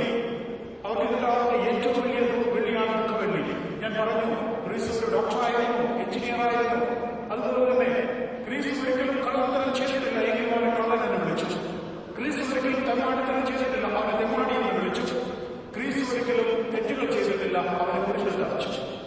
എന്നാലാണ് ഞാൻ പറഞ്ഞ ആ ഫോർമാറ്റ് കംപ്ലീറ്റ്. ഇതിനൊക്കെ സാക്ഷ്യം വഹിക്കേണ്ടി വന്ന ഒരമ്മ, അമ്മയുടെ അനുജത്തിയായിട്ടുള്ള സഹോദരി, ഇനി ഒരു പാപിനിയായിട്ടുള്ള സ്ത്രീ, അവളെ മാനസാന്തരപ്പെട്ടുകൊണ്ട് ഈശോയുടെ കൂടെ കൂടിയുണ്ട്. എന്തും വരട്ടെ എന്ന് വിചാരിച്ചുകൊണ്ട് നിൽക്കുന്ന ഒരു ജീവിതത്തിനായിട്ടുള്ള ശിഷ്യൻ യോഹന്നാൻ, ഇവർക്കെല്ലാം അത് ദുഃഖവെള്ളിയായിരുന്നു. അങ്ങനെ കുറെ അമ്മമാരും സഹോദരിമാരും മാർത്തടിച്ചുകൊണ്ട് കരയുന്നുണ്ട്. അവർക്കെല്ലാം അത് ദുഃഖവെള്ളിയായിരുന്നു. യാത്രയിലുടനീളം യേശുവിനെ സഹായിക്കാവുന്ന ഒരു സൈന്യമുണ്ട്, ഒരു ശിവയാണ്. ഇതാ ഇപ്പുറത്ത് ചങ്ങായിട്ടുള്ള ഒരു ശിവനെ അവനെ തള്ളി പറയുമ്പോൾ ഇവിടെ ഒരു പരിചയമില്ലാത്ത ശിവയെ സഹായിക്കുവാനായിട്ട് വരുന്നു. ശരീരം കൊണ്ട് മാത്രം അടുപ്പം പോരാ, മനസ്സുകൊണ്ട് ഒരു ആത്മബന്ധം വേണം. അല്ലെങ്കിൽ ഒരു തള്ളിപ്പറയുന്ന പുസ്തകമാണ്. അവിടെ തള്ളിപ്പറയുമ്പോൾ അവന് മനസ്സാക്ഷിക്കുന്ന ഒരു കുത്തുകൊടുക്കുവാനായിട്ട് ദൈവം മറ്റൊരു വ്യക്തിയെ ഇവിടെ നിന്ന് നിയോഗിക്കുന്നുണ്ട്. അവൻ വന്നുകൊണ്ട് ക്രിസ്തുവിന് ഒരു താങ്ങായ കൊടുക്കുന്നു. അങ്ങനെ കടന്നു പോകുന്ന യാത്ര, ആ താങ്ങായ കൊടുക്കുന്ന വ്യക്തിയുണ്ടല്ലോ, അവനന്ന് ദുഃഖവെള്ളിയാണ്. ഒരിക്കലും കണ്ടിട്ടില്ല അല്ലെങ്കിൽ കേട്ടറിവുള്ള വ്യക്തി അവന് വേണ്ടി ഒരു കണ്ണുനീർ ഒഴുകുന്നുണ്ട്. അവന്റെ കുരിശ് അവനെടുക്കുന്നുണ്ട്. യാത്രയാക്കാൻ കഴിയുമ്പോൾ ആ ഭംഗിയുള്ള ശരീരത്തിന്റെ മുറിപ്പാടുകൾ കാണുന്നു, രക്തമൊലിക്കുന്നു. അതെല്ലാം ഒപ്പിയെടുക്കുന്ന ഒരു മനോഹരിയായിട്ടുള്ള സ്ത്രീ വെറോനിക, അവൾക്ക് അത് ദുഃഖവെള്ളിയാണ്. അങ്ങനെ എത്രയോ മക്കൾ, അവർക്കെല്ലാം ദുഃഖവെള്ളിയാണ്. ഇത് ക്രിസ്തു മരിച്ചത് കാരണങ്ങളില്ലാത്ത കാരണങ്ങളാണ് എന്നുള്ള ദൃഢവിശ്വാസം എനിക്ക് നിങ്ങൾക്കുമുണ്ടെങ്കിൽ നമുക്കതൊരു ദുഃഖവെള്ളിയാണ്. ആ കാരണങ്ങൾ ലഘൂകരിച്ചുകൊണ്ട് ക്രിസ്തുവിന്റെ മരണം ഇന്നവിറ്റബിളാണ്, ക്രിസ്തു മരിച്ചില്ല എങ്കിൽ എനിക്ക് സാൽവേഷനില്ല എന്ന് ഞാൻ കൺവേർട്ട് ചെയ്യുമ്പോൾ അതെനിക്ക് സന്തോഷവെള്ളിയാണ്. അങ്ങനെ ദുഃഖവെള്ളിയും സന്തോഷവെള്ളിയും മോർജ് ചെയ്യുന്ന ഒരേ ഒരു ദിവസം. പ്രിയപ്പെട്ടവരെ, ഒരു പിന്നാമ്പത്തെ കാഴ്ച, ഒരു ബിഹൈൻഡ് സീൻ മെത്തേഡ് ഇനിയുണ്ട്. ക്രിസ്തുവിന്റെ ആ ഒരു ഫോർമാറ്റ് എന്തൊക്കെയാണ് ക്രിസ്തുവിന് സംഭവിച്ചത്? ക്രിസ്തുവിനെ തോട്ടത്തിൽ നിന്ന് കൊണ്ടുപോകുന്നുണ്ട്, ഗത്സമനി തോട്ടത്തിൽ നിന്ന് കൊണ്ടുപോകുന്നു. അന്ന് മുതൽ അവൻ ദുരന്തകഥകളാണ്. അവന്റെ പ്രിയപ്പെട്ട ശിഷ്യന്മാരിൽ ഒരുവനായ എന്നാൽ സെൽഫിഷ് മോട്ടിവേഷൻ കോർ ലെവലിൽ നിൽക്കുന്ന യൂദാസ് കയറ അവന് ചുംബനം കൊണ്ട് ഒറ്റിക്കൊടുക്കുകയാണ്. അതിനുശേഷം അവനെ കൊണ്ടുപോകുന്നുണ്ട്. അവന് എല്ലാവരിലുമുള്ള പണിഷ്മെന്റാണ് കൊടുക്കുന്നത്. ചാട്ട കൊണ്ടടിയും. ചാട്ട എന്ന് പറയുമ്പോൾ നിസ്സാര ചാട്ടയല്ല. ഈ ചാട്ട ഇതിന്റെ ഒരു ചാട്ടയാണ്. ഈ ചാട്ടകൾ പല രീതിയിൽ ഉണ്ടാക്കിയിട്ടുണ്ട്. മുള്ളു പോലെ ഉണ്ടാക്കിയിട്ടുണ്ട്, പുറത്തുകൾ പോലെ ഉണ്ടാക്കിയിട്ടുണ്ട്, റഫായിട്ട് ഉണ്ടാക്കിയിട്ടുണ്ട്. അവരെല്ലാം ഈ പെസിമിസ്റ്റിക് ആയിട്ടുള്ള വ്യക്തികളുണ്ടല്ലോ, അവരെല്ലാം ഇങ്ങനെ അടിച്ചുകൊണ്ടിരിക്കുകയാണ്, നിർവാഹമില്ലാതെ അടിച്ചുകൊണ്ടിരിക്കുകയാണ്. ഈ പാഷാപ്രേതം കാണുന്നത് പോലെ ചിലപ്പോൾ അടിക്കുമ്പോൾ മാംസത്തിലേക്ക് തലതിരിക്കുന്നു, അത് പറിച്ചെടുക്കുമ്പോൾ മാംസവും പൊളിഞ്ഞു പോകുന്നുണ്ട്. ആ ഒരു അവസ്ഥ നമ്മൾ ആലോചിക്കുന്നു. ഈ ഒരു അവസ്ഥയിലൂടെ ക്രിസ്തു 1-2 രാത്രികൾ കടന്നു പോകുന്നുണ്ട്. രക്തവും വിയർത്തൊലിക്കുകയാണ്. ഒരു നോർമൽ അഡൾട്ടിലും ഉണ്ടാകുന്ന രക്തം 5.5 ലിറ്റേഴ്സ്. ഒരു നോർമൽ ഹെൽത്തി അഡൾട്ട് 5.5 ലിറ്റേഴ്സ്. അത് പൂർണ്ണമായിട്ടും ഒരു ഡ്രോപ്പ് പോലും ഇല്ലാതെ നമ്മുടെ രക്ഷയ്ക്ക് വേണ്ടി ഈ ഭൂമിയിൽ ചിന്തി എന്നുള്ളതാണ് ദൈവപുത്രൻ ചെയ്ത കാര്യം. എങ്ങനെ ചിന്താതിരിക്കും? അവന്റെ ശരീരത്തിന്റെ വ്രണങ്ങളില്ലാത്ത സ്ഥലങ്ങളില്ല. അങ്ങനെ പൂർണ്ണമായിട്ടും ശരീരത്തിലുള്ള രക്തം ഒഴുകി പോവുകയാണ്. ഇതാ നെക്സ്റ്റ് ദിവസം വിധിവാചകങ്ങൾ വരുന്നു. ക്രിസ്തുവിന് എവിടെയെങ്കിലുമൊക്കെ ഒരു മനുഷ്യനെന്ന നിലയിൽ പ്രതീക്ഷയുണ്ടായിരുന്നു. ക്രിസ്തു അങ്ങനെ പ്രതീക്ഷയോടെ പോവുകയാണ്, ആരെങ്കിലും വേണ്ടി സപ്പോർട്ട് ചെയ്യുന്നുള്ളത്. എന്നാൽ ഒന്നും സംഭവിച്ചില്ല. എല്ലാവരും പറയുകയാണ്, അവനെ ക്രൂശിക്കുക, അവനെ ക്രൂശിക്കുക, കുരിശിൽ തറക്കുക, ഞങ്ങൾക്ക് ബറാബാസിനെ വിട്ടുതരിക. ബറാബാസിന്റെ സ്വഭാവം നമുക്കറിയാം. അവിടെ ഉണ്ടാകുന്ന നമ്പർ 1 ക്രിമിനൽ, അവന്റെ ഒരു വ്യക്തിപ്രഭാവം പോലും ക്രിസ്തുവിന് കൊടുത്തിട്ടില്ല എന്നുള്ളതാണ്. ആരുണ്ട് ആ ഒരു സമൂഹത്തിൽ? ഒരുപക്ഷെ ക്രിസ്തു ഒരു വേള വെളിച്ചം കണ്ണിന് കൊടുത്ത അന്തനുണ്ടായിട്ടുണ്ടാകില്ലേ? നടത്തിയ മതത്തിനും ഇത് കേട്ട കണ്ട വ്യക്തികളും ഒക്കെ ഉണ്ടാകാറില്ലേ? ഇവരെല്ലാവരുമല്ലേ ക്രിസ്തുവിനെ പിന്തിരിഞ്ഞു കുത്തിയത്? ഇത് ദുഃഖവെള്ളിയുടെ ഒരു സാക്ഷ്യമാണ്. ക്രിസ്തു അങ്ങനെ രക്തം ചിന്തി നിൽക്കുന്നു. അവസാനം വിധിവാചകം വരികയാണ് അവന്റെ കുരിശിൽ കടക്കുക. ഇനി കുരിശിൽ കടക്കാൻ പോയ ജോഗ്രഫിക്കൽ പാറ്റേൺ ഞാൻ പറയുകയാണ്. ഈ കുരിശിൽ കടക്കുന്നതിന് മുമ്പ് കുരിശ് എടുത്ത സ്ഥലം എന്ന് പറയുന്നത് ലയൺസ് ഗേറ്റ് അഥവാ സെയിന്റ് സ്റ്റീഫൻസ് ഗേറ്റ് എന്ന് പറയുന്ന സ്ഥലമാണ്. അവിടെ നിന്നാണ് ഗാഗുൽത്തായിലേക്കുള്ള യാത്ര തുടങ്ങുന്നത്. അത് 600 മീറ്റർ മാത്രമേ ഉള്ളൂ. 600 മീറ്റർ, not even 1 kilometers. 600 മീറ്ററാണ് ക്രിസ്തു കുരിശ്. പക്ഷേ ഇതൊരു സ്റ്റീപ്പി മൗണ്ടനാണ്. ഒരു സൈസ് അത്ര ഈസി അല്ല നമുക്ക് പോകാനായിട്ട്. ഇന്നൊക്കെ അവിടെ കയ്യിലൊക്കെ വിരിച്ചിട്ടുണ്ട്. അന്ന് വളരെ റഫായിട്ടുള്ള ഒരു സ്ഥലമായിരുന്നു. ആ ഒരു സ്ഥലത്തിലൂടെ കടന്നു പോകുന്നത്. ഇനി ക്രിസ്തു ഹെൽത്തി അല്ല. ക്രിസ്തു ഭക്ഷണം കഴിച്ചിട്ടില്ല, വെള്ളം കുടിച്ചിട്ടില്ല. 2 ദിവസമായി ഉണ്ടായ രക്തം അവര് പൂർണ്ണമായിട്ട് മാറിപ്പോയിരിക്കുന്നു. 75 കിലോഗ്രാം വെയിറ്റുള്ള ഹെൽത്തി ആയിട്ടുള്ള ഒരു പുരുഷനായ ക്രിസ്തു അവന് 5.5 ഫീറ്റ് ഉയരമുള്ള ഒരു സാമാന്യം കാണാൻ വലുപ്പമുള്ള ഒരു വ്യക്തി. ആ വ്യക്തി പൂർണ്ണമായിട്ടും ക്ഷീണിച്ച് ശോഷിച്ചിരിക്കുകയാണ്. പൂർണ്ണമായിട്ടും വികൃത രൂപമായിരിക്കുകയാണ്. അവന്റെ തോളിലാണ് കുരിശ് ചുമക്കുവാനായിട്ട് കൊടുത്തിരിക്കുന്നത്. ഈ കുരിശ് ഒരു വെർട്ടിക്കൽ ഹൊറിസോണ്ടൽ ഫോമിലാണ്. അതിന്റെ ആ ക്രോസ് ബീമിന് മാത്രം 45 കിലോയും അതിന്റെ ഒരു നീളത്തിലുള്ള ബീമിന് 135 കിലോഗ്രാമുമാണ്. ടോട്ടലി പറഞ്ഞിട്ടുണ്ടെങ്കിൽ 180 കിലോയുള്ള കുരിശാണ് യേശുനാഥൻ ചുമന്നത്. ഇനി ഇതിലൊരു അനുഗ്രഹമുണ്ട്. ഇതൊരു പാഴ്വസ്തുവായിട്ടുള്ള മരമായിരുന്നു. നമ്മുടെ നാട്ടിലേക്ക് പഞ്ഞിയൊക്കെ പോലെയുള്ള മരം. ആ മരത്തിനൊരു സ്ഥിതി ഉണ്ടാകാം, എണ്ണയൊക്കെയായിട്ട് ഉപയോഗിക്കുന്നില്ല എന്നുള്ളത്. എന്നാൽ ക്രിസ്തു ആ കുരിശ് ചുമന്നതിന് ശേഷം ഈ ലോകത്തിൽ ഏറ്റവും വിലയുള്ള മരമായിട്ട് മാറുകയാണ്. ക്രിസ്തു കുരിശ് ചുമന്നു. പ്രിയപ്പെട്ടവരെ, നമ്മളൊക്കെ ആഗ്രഹിച്ച രീതിയിലുള്ള കുരിശിലവരെ വാങ്ങിക്കുമ്പോൾ 3 പ്രാവശ്യം ഉപയോഗിക്കുന്നുണ്ട്. അങ്ങനെയല്ല, ഒരു പക്ഷേ 3 പ്രാവശ്യമേ ക്രിസ്തുവിന് എഴുന്നേൽക്കാൻ പറ്റിയിട്ടുണ്ട്. ക്രിസ്തുവിനെ ട്രാക്ക് ചെയ്തുകൊണ്ട് വലിച്ച് ഇടച്ച് കുരിശ് ബലമായിട്ട് കുരിശിനാണ് കൊണ്ടുപോയത്. മുട്ടുകളൊക്കെ ചെയ്ത് മുട്ടിന്റെ ചിരട്ടയിലേക്ക് പൊട്ടി നശിച്ചതാണ്. അങ്ങനെ ഒരു മൃഗീയമായിട്ടുള്ള ഒരു ഇൻഹ്യൂമനായിട്ട് നമുക്കെല്ലാം ചിന്തിക്കാൻ പറ്റാത്ത രീതിയിൽ നമ്മളെല്ലാം ഓർത്തിട്ടുണ്ടെങ്കിൽ വൊമിറ്റ് ചെയ്യുന്ന രീതിയിലുള്ള ഒരു ഇൻഹ്യൂമൻ ആക്ടിവിറ്റി. അതിൽ ക്രിസ്തു ഒരു പക്ഷേ ഒന്ന് എഴുതുവാൻ പറഞ്ഞു പറ്റുന്നില്ല. എങ്ങനെ പറ്റും? ഒരു ദിവസം നമുക്ക് മോർണിംഗ് മുതൽ ഈ സമയം വരെ നോയപ്പെടുത്തിട്ടുണ്ടെങ്കിൽ തന്നെ നമ്മുടെ കപ്പാസിറ്റി അങ്ങനെ ആണെങ്കിൽ രക്തം കംപ്ലീറ്റ് തീർന്ന കംപ്ലീറ്റ് ഫുഡൊന്നും കഴിക്കാതെ ഭക്ഷണം വെള്ളം ഒന്നും കുടിക്കാതെ ഇരിക്കുന്ന ഒരു ക്രിസ്തു അവന്റെ മുകളിൽ ഒരു 150 കിലോ ഭാരമുള്ള കുരിശ് ചുമന്നുകൊണ്ട് എങ്ങനെയാണ് മുന്നോട്ട് പോകുന്നത്? അവിടെയാണ് സൈറേനിയയിൽ നിന്നുള്ള സൈന്യം വരുന്നു. അത് ഒത്തിരി ഹെൽപ്പ് ചെയ്യും. അങ്ങനെയാണ് ആ കുരിശിന്റെ ആ ഒരു പൂർണ്ണതയിലെത്തുന്നത്. പിന്നീട് അവിടെ ഭരിക്കുകയാണ്. ഞാൻ പറഞ്ഞു, ഒരു അമ്മയും ഒരിക്കലും ഋതുസാക്ഷിയാകുവാനായിട്ട് ആഗ്രഹിക്കാത്ത പരിശുദ്ധമറിയം എന്റെ മകൻ ഭരിക്കുന്നത് ഏറ്റവും ദയനീയമായിട്ട് എനിക്ക് കിട്ടുന്നു. ഏറ്റവും സങ്കടകരമായിട്ടുള്ള കാഴ്ച. ഒരമ്മയ്ക്കും ഒരപ്പനും അത് സംഭവിക്കാതിരിക്കട്ടെ. പ്രിയപ്പെട്ടവരെ, ഞാൻ പറഞ്ഞ കുരിശ് അന്ന് മുതൽ ഒരു വിനാശത്തിന്റെ ഒരു സിമ്പിളായിരുന്നു. ആരും തൊടാൻ ആഗ്രഹിക്കാത്ത, കാണാൻ ആഗ്രഹിക്കാത്ത, കണ്ടാൽ മറന്നു വരുന്ന ഒരു സിമ്പിൾ. ഇന്നത് ലോകത്തിലെ മോസ്റ്റ് പവർഫുൾ ആയിട്ടുള്ള സിമ്പിളായിട്ട് മാറി.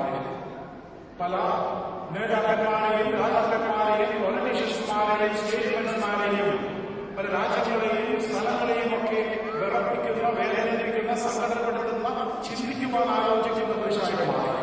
അതുകൊണ്ട് തന്നെ ഈ കുരിശിനൊരു ഭയമുണ്ട്.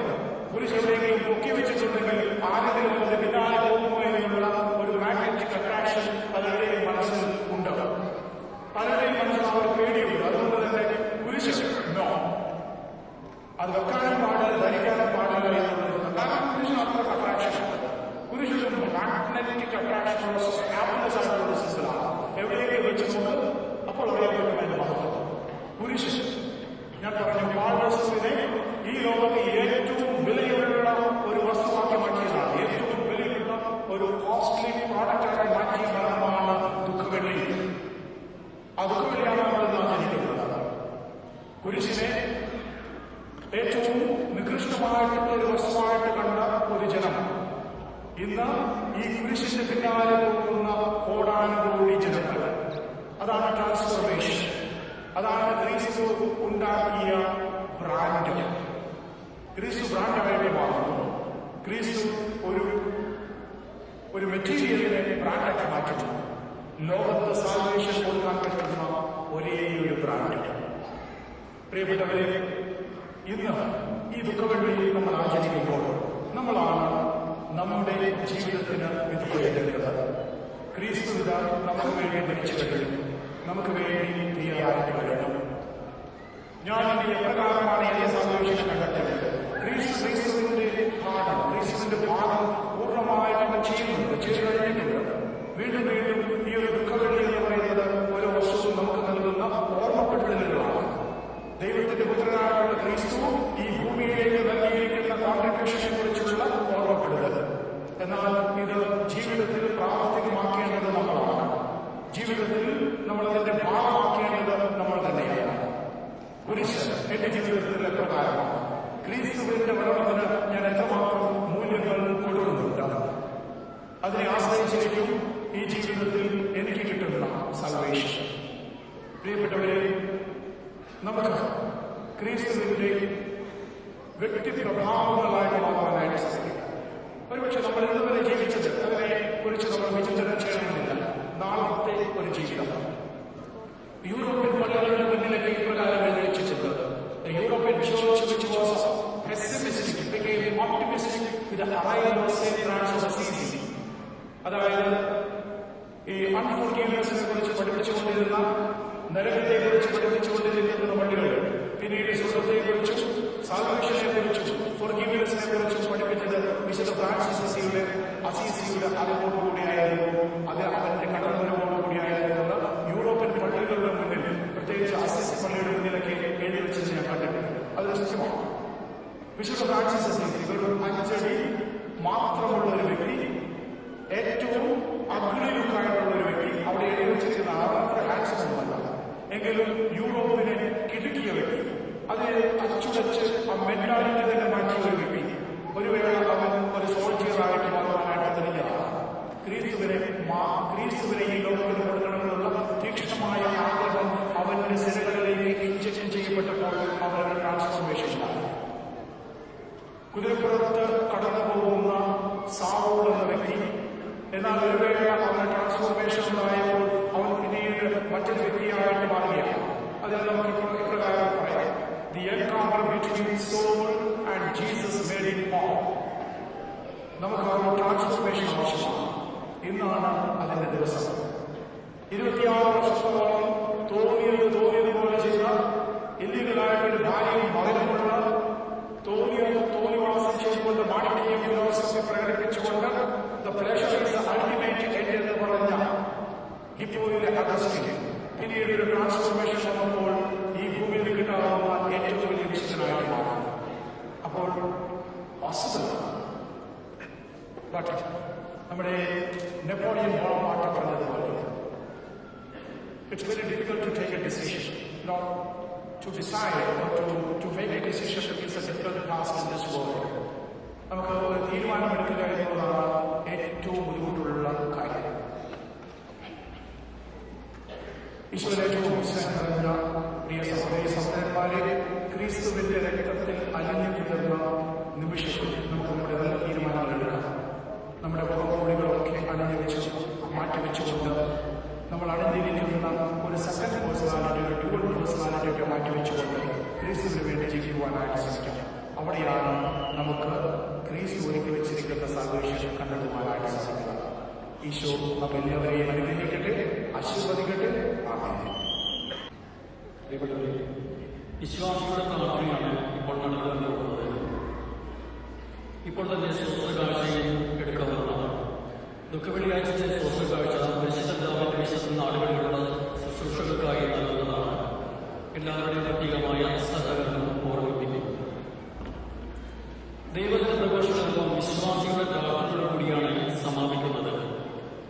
ഇപ്പോൾ സഹകാർമികൻ ഓരോ പ്രാർത്ഥനയുടെയും ഉദ്ദേശം അറിയിച്ചുകൊണ്ട് ജനങ്ങളെ പ്രാർത്ഥനയ്ക്ക് ക്ഷണിക്കുന്നു. തുടർന്ന് എല്ലാവരും അല്പസമയം മൗനമായി പ്രാർത്ഥിക്കുന്നു. അനന്തരം പുരോഹിതൻ കൈകൾ വിളിച്ചുകൊണ്ട് പ്രാർത്ഥന ചൊല്ലുന്നു. നമുക്കെല്ലാവർക്കും എഴുന്നേറ്റ് നിന്നുകൊണ്ട് ഈ പ്രാർത്ഥനകളിൽ പങ്കുചേരാം. പ്രിയ സഹോദരരെ, ക്രിസ്തുവിന് വേണ്ടി നമുക്ക് പ്രാർത്ഥിക്കാം. നമ്മുടെ കർത്താവായ ദൈവം തിരുസഭയ്ക്കും ലോകമെങ്ങും സമാധാനവും ഐക്യവും സംരക്ഷണം നൽകുമാറാകട്ടെ. നാം സ്വയവും ശാന്തമായ ജീവിതം നയിച്ച് പിതാവായ ദൈവം അല്പം മൗനമായി പ്രാർത്ഥിച്ച് നമുക്ക് മുട്ടിൽ മേലായിരിക്കാം.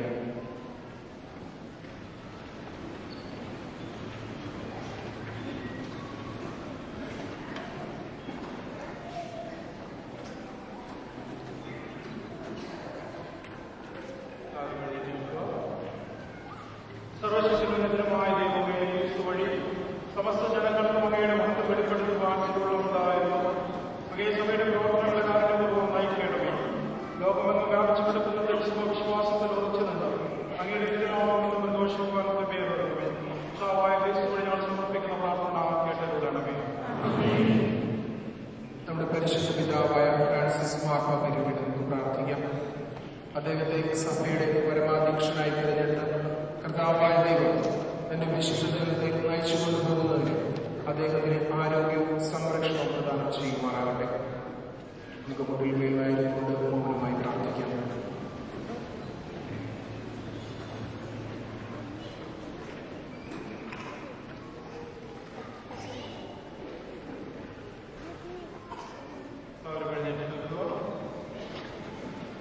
സർവശക്തനുമായ ദൈവമേ, അങ്ങയുടെ അനന്ത ജ്ഞാനമാണല്ലോ സർവവും സംവിധാനം ചെയ്യുക. ഞങ്ങളുടെ പ്രാർത്ഥന അരുവാർന്ന് കേൾക്കണമേ.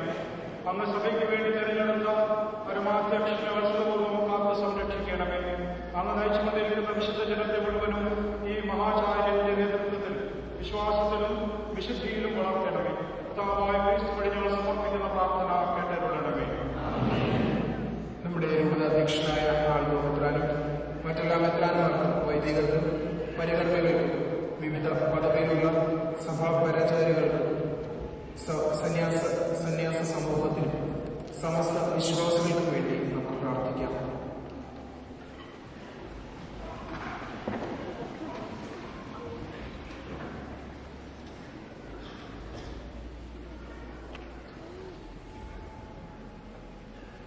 സർവശക്തനുമായ ദൈവമേ, അങ്ങയുടെ പരിശുദ്ധാത്മാവ് സഭയെ മുഴുവൻ നിരന്തരം വിശദീകരിച്ച് നയിക്കുന്നുവല്ലോ.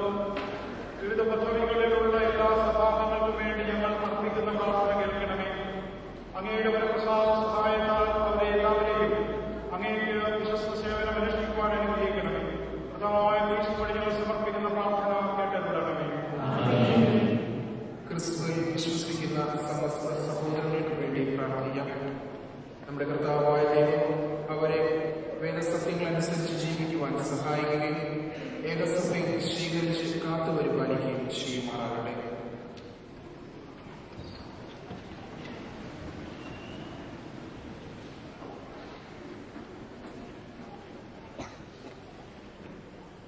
സർവശക്തനുമായ ദൈവമേ, ചിതറിപ്പോയവരെല്ലാം ശേഖരിക്കുകയും ശേഖരിച്ചവരെ പരിപാലിക്കുകയും ചെയ്യുന്ന അങ്ങ് ക്രിസ്തുനാഥന്റെ അധികാരത്തെ അനുഭവോടെ പാർക്കണമേ. ജ്ഞാനസ്നാനത്താൽ പവിത്രീകൃതമായവരെ എല്ലാവരെയും വിശ്വാസപൂർണ്ണതയാലും ശൃംഖലയാലും ഏകീകരിക്കണമേ. പ്രധാനമായ ക്രിസ്തു വഴി ഞങ്ങൾ സമർപ്പിക്കുന്ന പ്രാർത്ഥന കേട്ടരുളണമേ. ദൈവത്തിന്റെ തിരുവായ്മൊഴികൾ ആദ്യമായി ലഭിക്കുവാൻ ഭാഗ്യമുണ്ടായ യഹൂദ ജനതയ്ക്ക് വേണ്ടി നമുക്ക് പ്രാർത്ഥിക്കാം. ദൈവസ്നേഹത്തിലും അവിടുത്തെ ഉടമ്പടിയിലുമുള്ള വിശ്വസ്തതയിൽ അവർ പുരോഗമിക്കുമാറാകട്ടെ.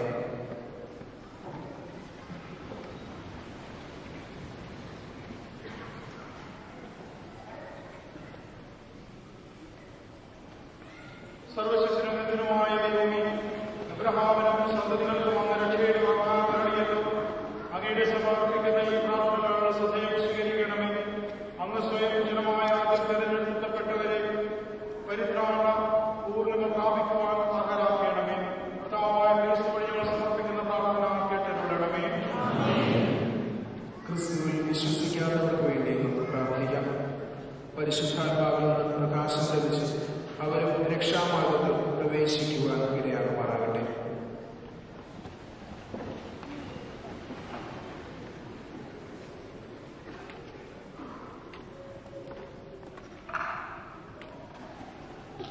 സർവശക്തനുമായ ദൈവമേ, അങ്ങയുടെ തിരുസന്നിധിയിൽ ഹൃദയപരമാർത്ഥതയോടെ ചലിക്കുന്ന എല്ലാവർക്കും ക്രിസ്തുവിൽ വിശ്വസിക്കുന്നില്ലെങ്കിലും സത്യം കണ്ടെത്തുവാൻ അനുഗ്രഹമരുളണമേ.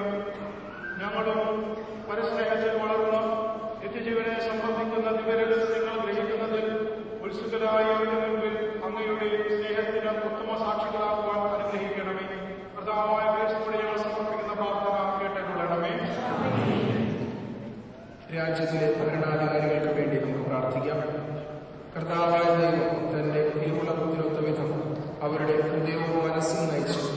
എല്ലാ പൗരന്മാർക്കും യഥാർത്ഥമായ സ്വാതന്ത്ര്യവും സമാധാനവും കൈവരുത്തുമാറാകട്ടെ.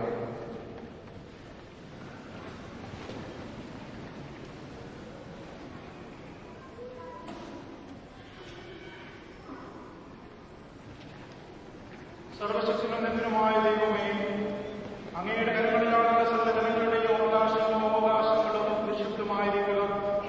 വാത്സല്യപൂർവ്വം ഞങ്ങളുടെ ഭരണാധികാരികളെ കടാക്ഷിക്കണമേ.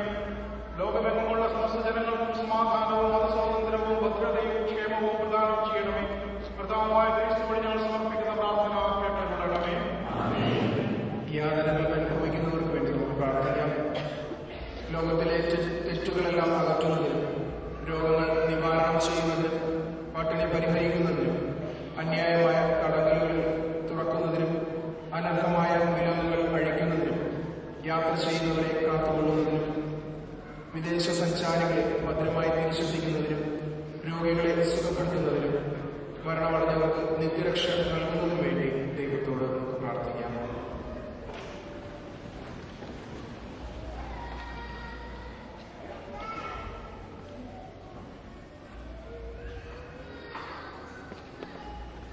ദുഃഖിതരുടെ ആശ്വാസവും ക്ഷീണിതരുടെ ശക്തികേന്ദ്രവുമായ ദൈവമേ, നാനാവിധത്തിലുള്ള യാത്രകൾ അനുഭവിക്കുന്നവരുടെ നിലവിലെ കാരണവും ശ്രമിച്ച് അവർക്ക് ആശ്വാസവും ആനന്ദവും നൽകണമേ. കർത്താവായ ക്രിസ്തു വഴി ഞങ്ങൾ സമർപ്പിക്കുന്ന പ്രാർത്ഥന കേട്ടുകൊള്ളണമേ.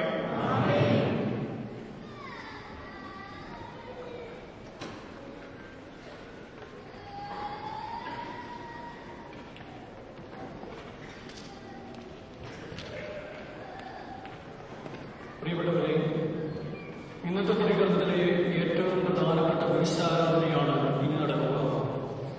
മനുഷ്യവർഗത്തിന്റെ രക്ഷയുടെ അടയാളമാണ് കുരിശ്.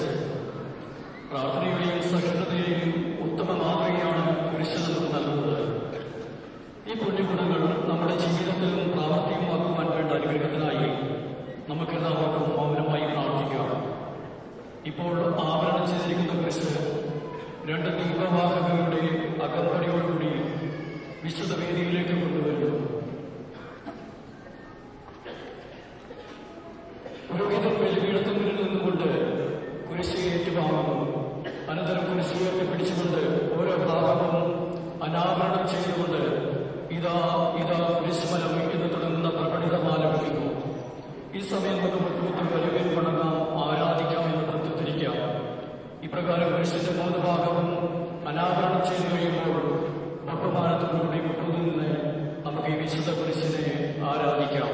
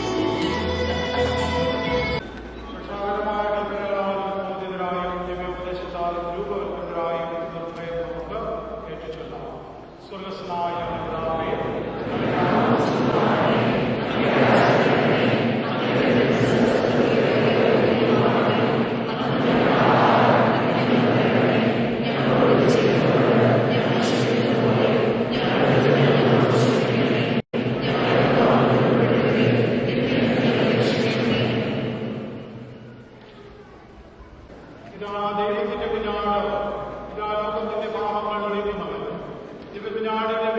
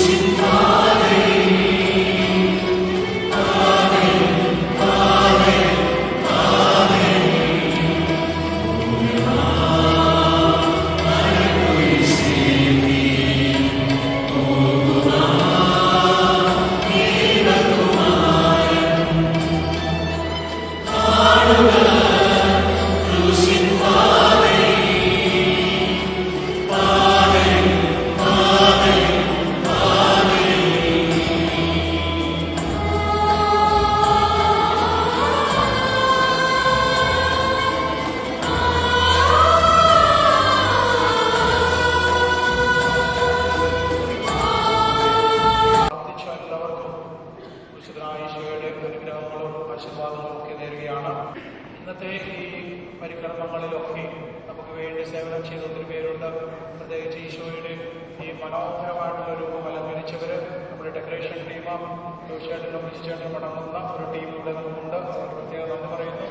നമ്മുടെ ഈ രൂപം കഴിഞ്ഞ പ്രാവശ്യം നമുക്ക് സഹോദരൻ സ്പോൺസർ ചെയ്തതാണ്. ഈ രൂപത്തിന് കഴിഞ്ഞ പ്രാവശ്യം നമുക്ക് എനിക്ക് തോന്നുന്നു ഒരു 5 മില്യൺ വ്യൂസ് ആണ് കിട്ടിയത്. അന്നത്തെ ഏറ്റവും റെക്കോർഡിങ്ങിലായിട്ടുള്ള ഒരു ഫേസ്ബുക്കിലൊക്കെ നോക്കുമ്പോൾ ഏറ്റവും കൂടുതൽ ആളുകൾ കണ്ട ഒരു രൂപമായിരുന്നു നമ്മുടെ ഈ കാസർഗോഡ്.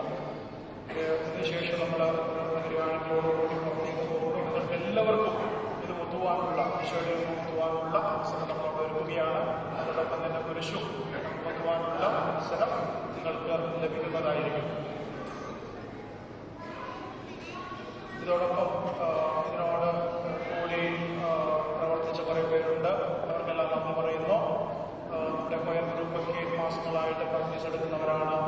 അതുകൊണ്ട് തന്നെ മനോഹരമായിട്ടുള്ള കൊയറൊക്കെ നമുക്ക് ആസ്വദിക്കുവാനായിട്ട് പറ്റുന്നുണ്ട്. അവർക്ക് നന്ദി പറയുകയാണ്. അതുപോലെ ഈശോയുടെ ഈ ഒരു ഭരണവുമായിട്ട് ബന്ധപ്പെട്ടിട്ടുള്ള കയ്പ് നീര് നൽകിയ ഫാമിലികളുണ്ട്. അവർക്ക് നന്ദി പറയുന്നു. പ്രിയപ്പെട്ടവരെ, നമ്മളിത് കുർബാനയാണല്ലോ പറയുന്നത്. കുർബാനയില്ല. അതുകൊണ്ടാണ് ഞാൻ കൈക്കർമ്മം എന്നൊക്കെ പറയുന്നത്. ഈ കുർബാനയില്ലാത്ത ദിവസമാണെന്ന്. നമുക്കിതിന് ശേഷം നമ്മൾ ഇതിലൂടെ നമ്മുടെ പരിഗാണിക്കൽ നമ്മൾ ഒരു പ്രാർത്ഥനയായിട്ട് നമ്മൾ എടുക്കുന്നു. അതിനുശേഷം രൂപം പുറത്തേക്ക് കൊണ്ടുപോകുന്നു. പുറത്തേക്ക് കൊണ്ടുപോയിട്ട് നിങ്ങൾക്ക് എല്ലാവർക്കും നിങ്ങൾ വളരെ ശാന്തമായിട്ട് നിൽക്കണം. തിക്കും തിരക്കൊന്നും വിടരുത്. നമുക്കൊരു സ്റ്റാമ്പേഡ് ഇവിടെ ഉണ്ടാക്കരുത്. നിങ്ങളുടെ ടൈം എടുത്തിട്ട് ഈശോയോട് പ്രാർത്ഥിച്ചിട്ട് മുത്തിയിട്ടൊക്കെ വീട്ടിലോട്ട് പോകാം. അപ്പോൾ ഇന്ന് നമുക്ക് ഈ പരികർമ്മത്തിന് ആശീർവാദം ഉണ്ടാവുകയില്ല. എഴുന്നേറ്റ് നിൽക്കുന്നു. ശാന്തമായിട്ട് നമ്മൾ പ്രാർത്ഥിച്ച് പിരിഞ്ഞു പോവുകയാണ് ചെയ്യുന്നത്.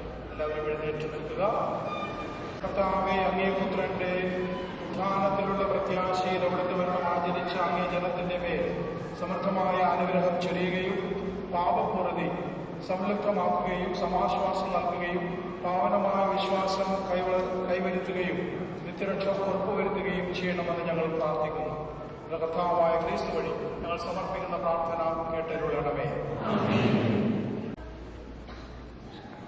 പ്രിയപ്പെട്ടവരെ, യേശുവിന്റെ തിരുസ്വരൂപം വഹിച്ചുകൊണ്ടുള്ള വിലാപയാത്ര നഗരകാണിക്കൽ പ്രദക്ഷിണം തുടർന്ന് ആരംഭിക്കുന്നതാണ്. ഈ തിരുക്കർമ്മങ്ങളിൽ നമുക്ക് ഭക്തിയാദരവോടെ പങ്കെടുക്കാം. വിലാപയാത്രയ്ക്കായി പ്രദക്ഷിണത്തിൽ കാർമികൻ അടുത്താറുപാടുകൾ മാത്രം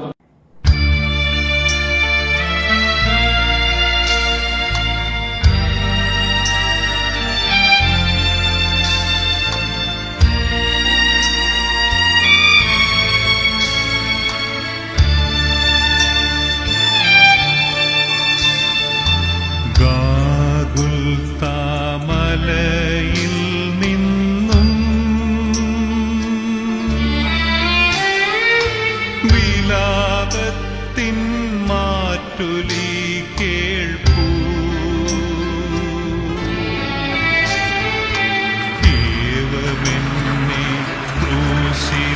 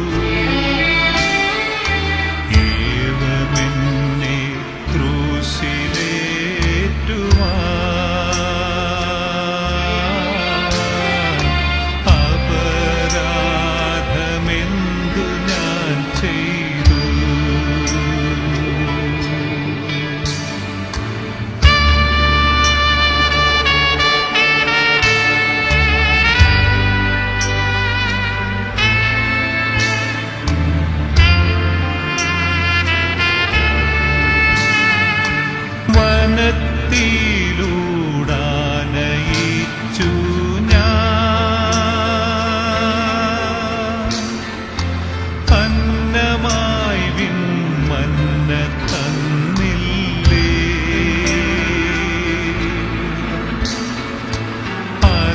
അതിനെല്ലാം നന്ദിയായി നിങ്ങൾ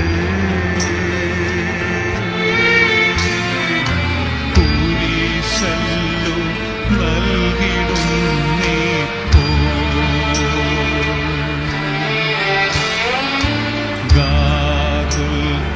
ഗാഗുൽത്താമലയിൽ നിന്നും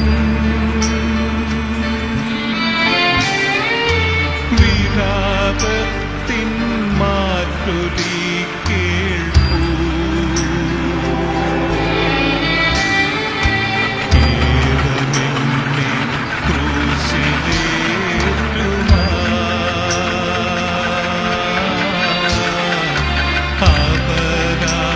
അപരാധമെന്തു ഞാൻ ചെയ്തു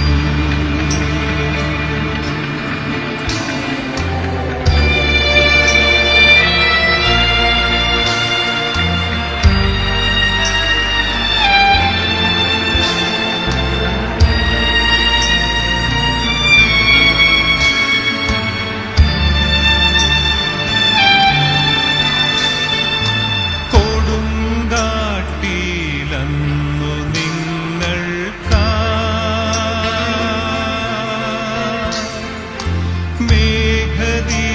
മേഘദീപത്തൂണു തീർത്തു ഞാൻ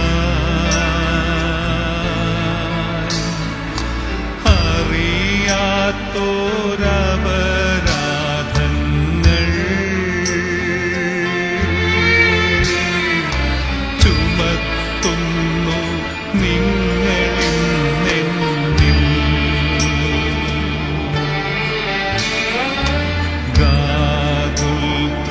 ഗാഗുൽത്താമലയിൽ നിന്നും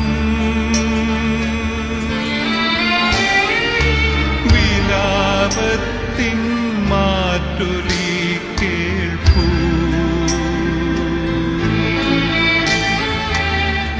ദൈവമെന്നെ ക്രൂശിലേറ്റുമാ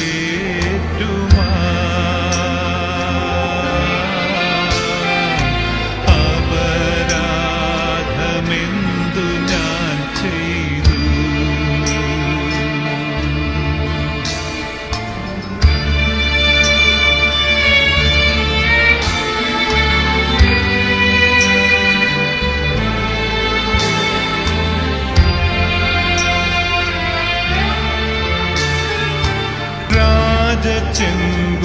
രാജചെങ്കോലേകി വാഴിച്ചു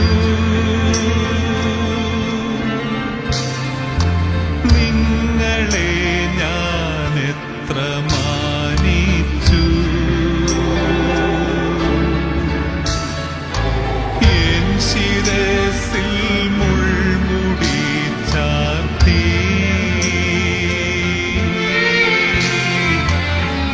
നിങ്ങളിന്നെൻ ചെന്നിടം തൂകി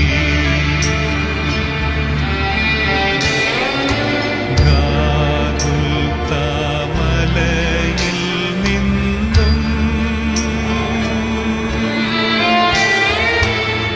വിലാപത്തിൻ മാറ്റൊലി കേൾപ്പൂ ഏവമെന്നെ ക്രൂശിലേറ്റുവാ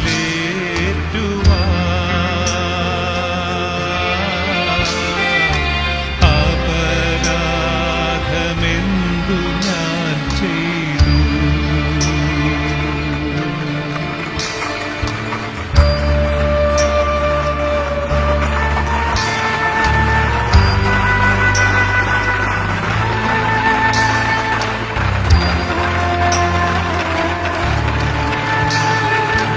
നിങ്ങളെ ഞാൻ ഉയർത്താൻ വന്നു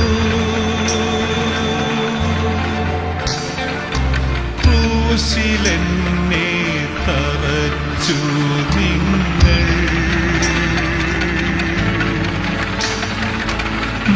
മോക്ഷവാതിൽ തുറക്കാൻ വന്നു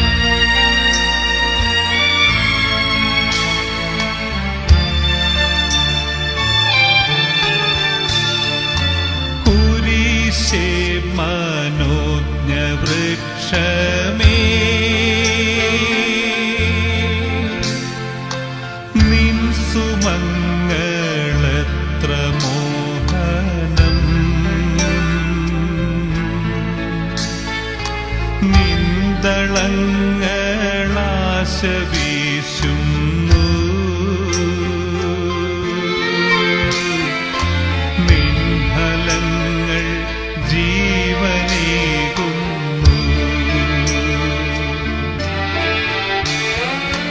ഗാഗുൽത്താമലയിൽ നിന്നും വിലാപത്തിൻ മാറ്റൊലി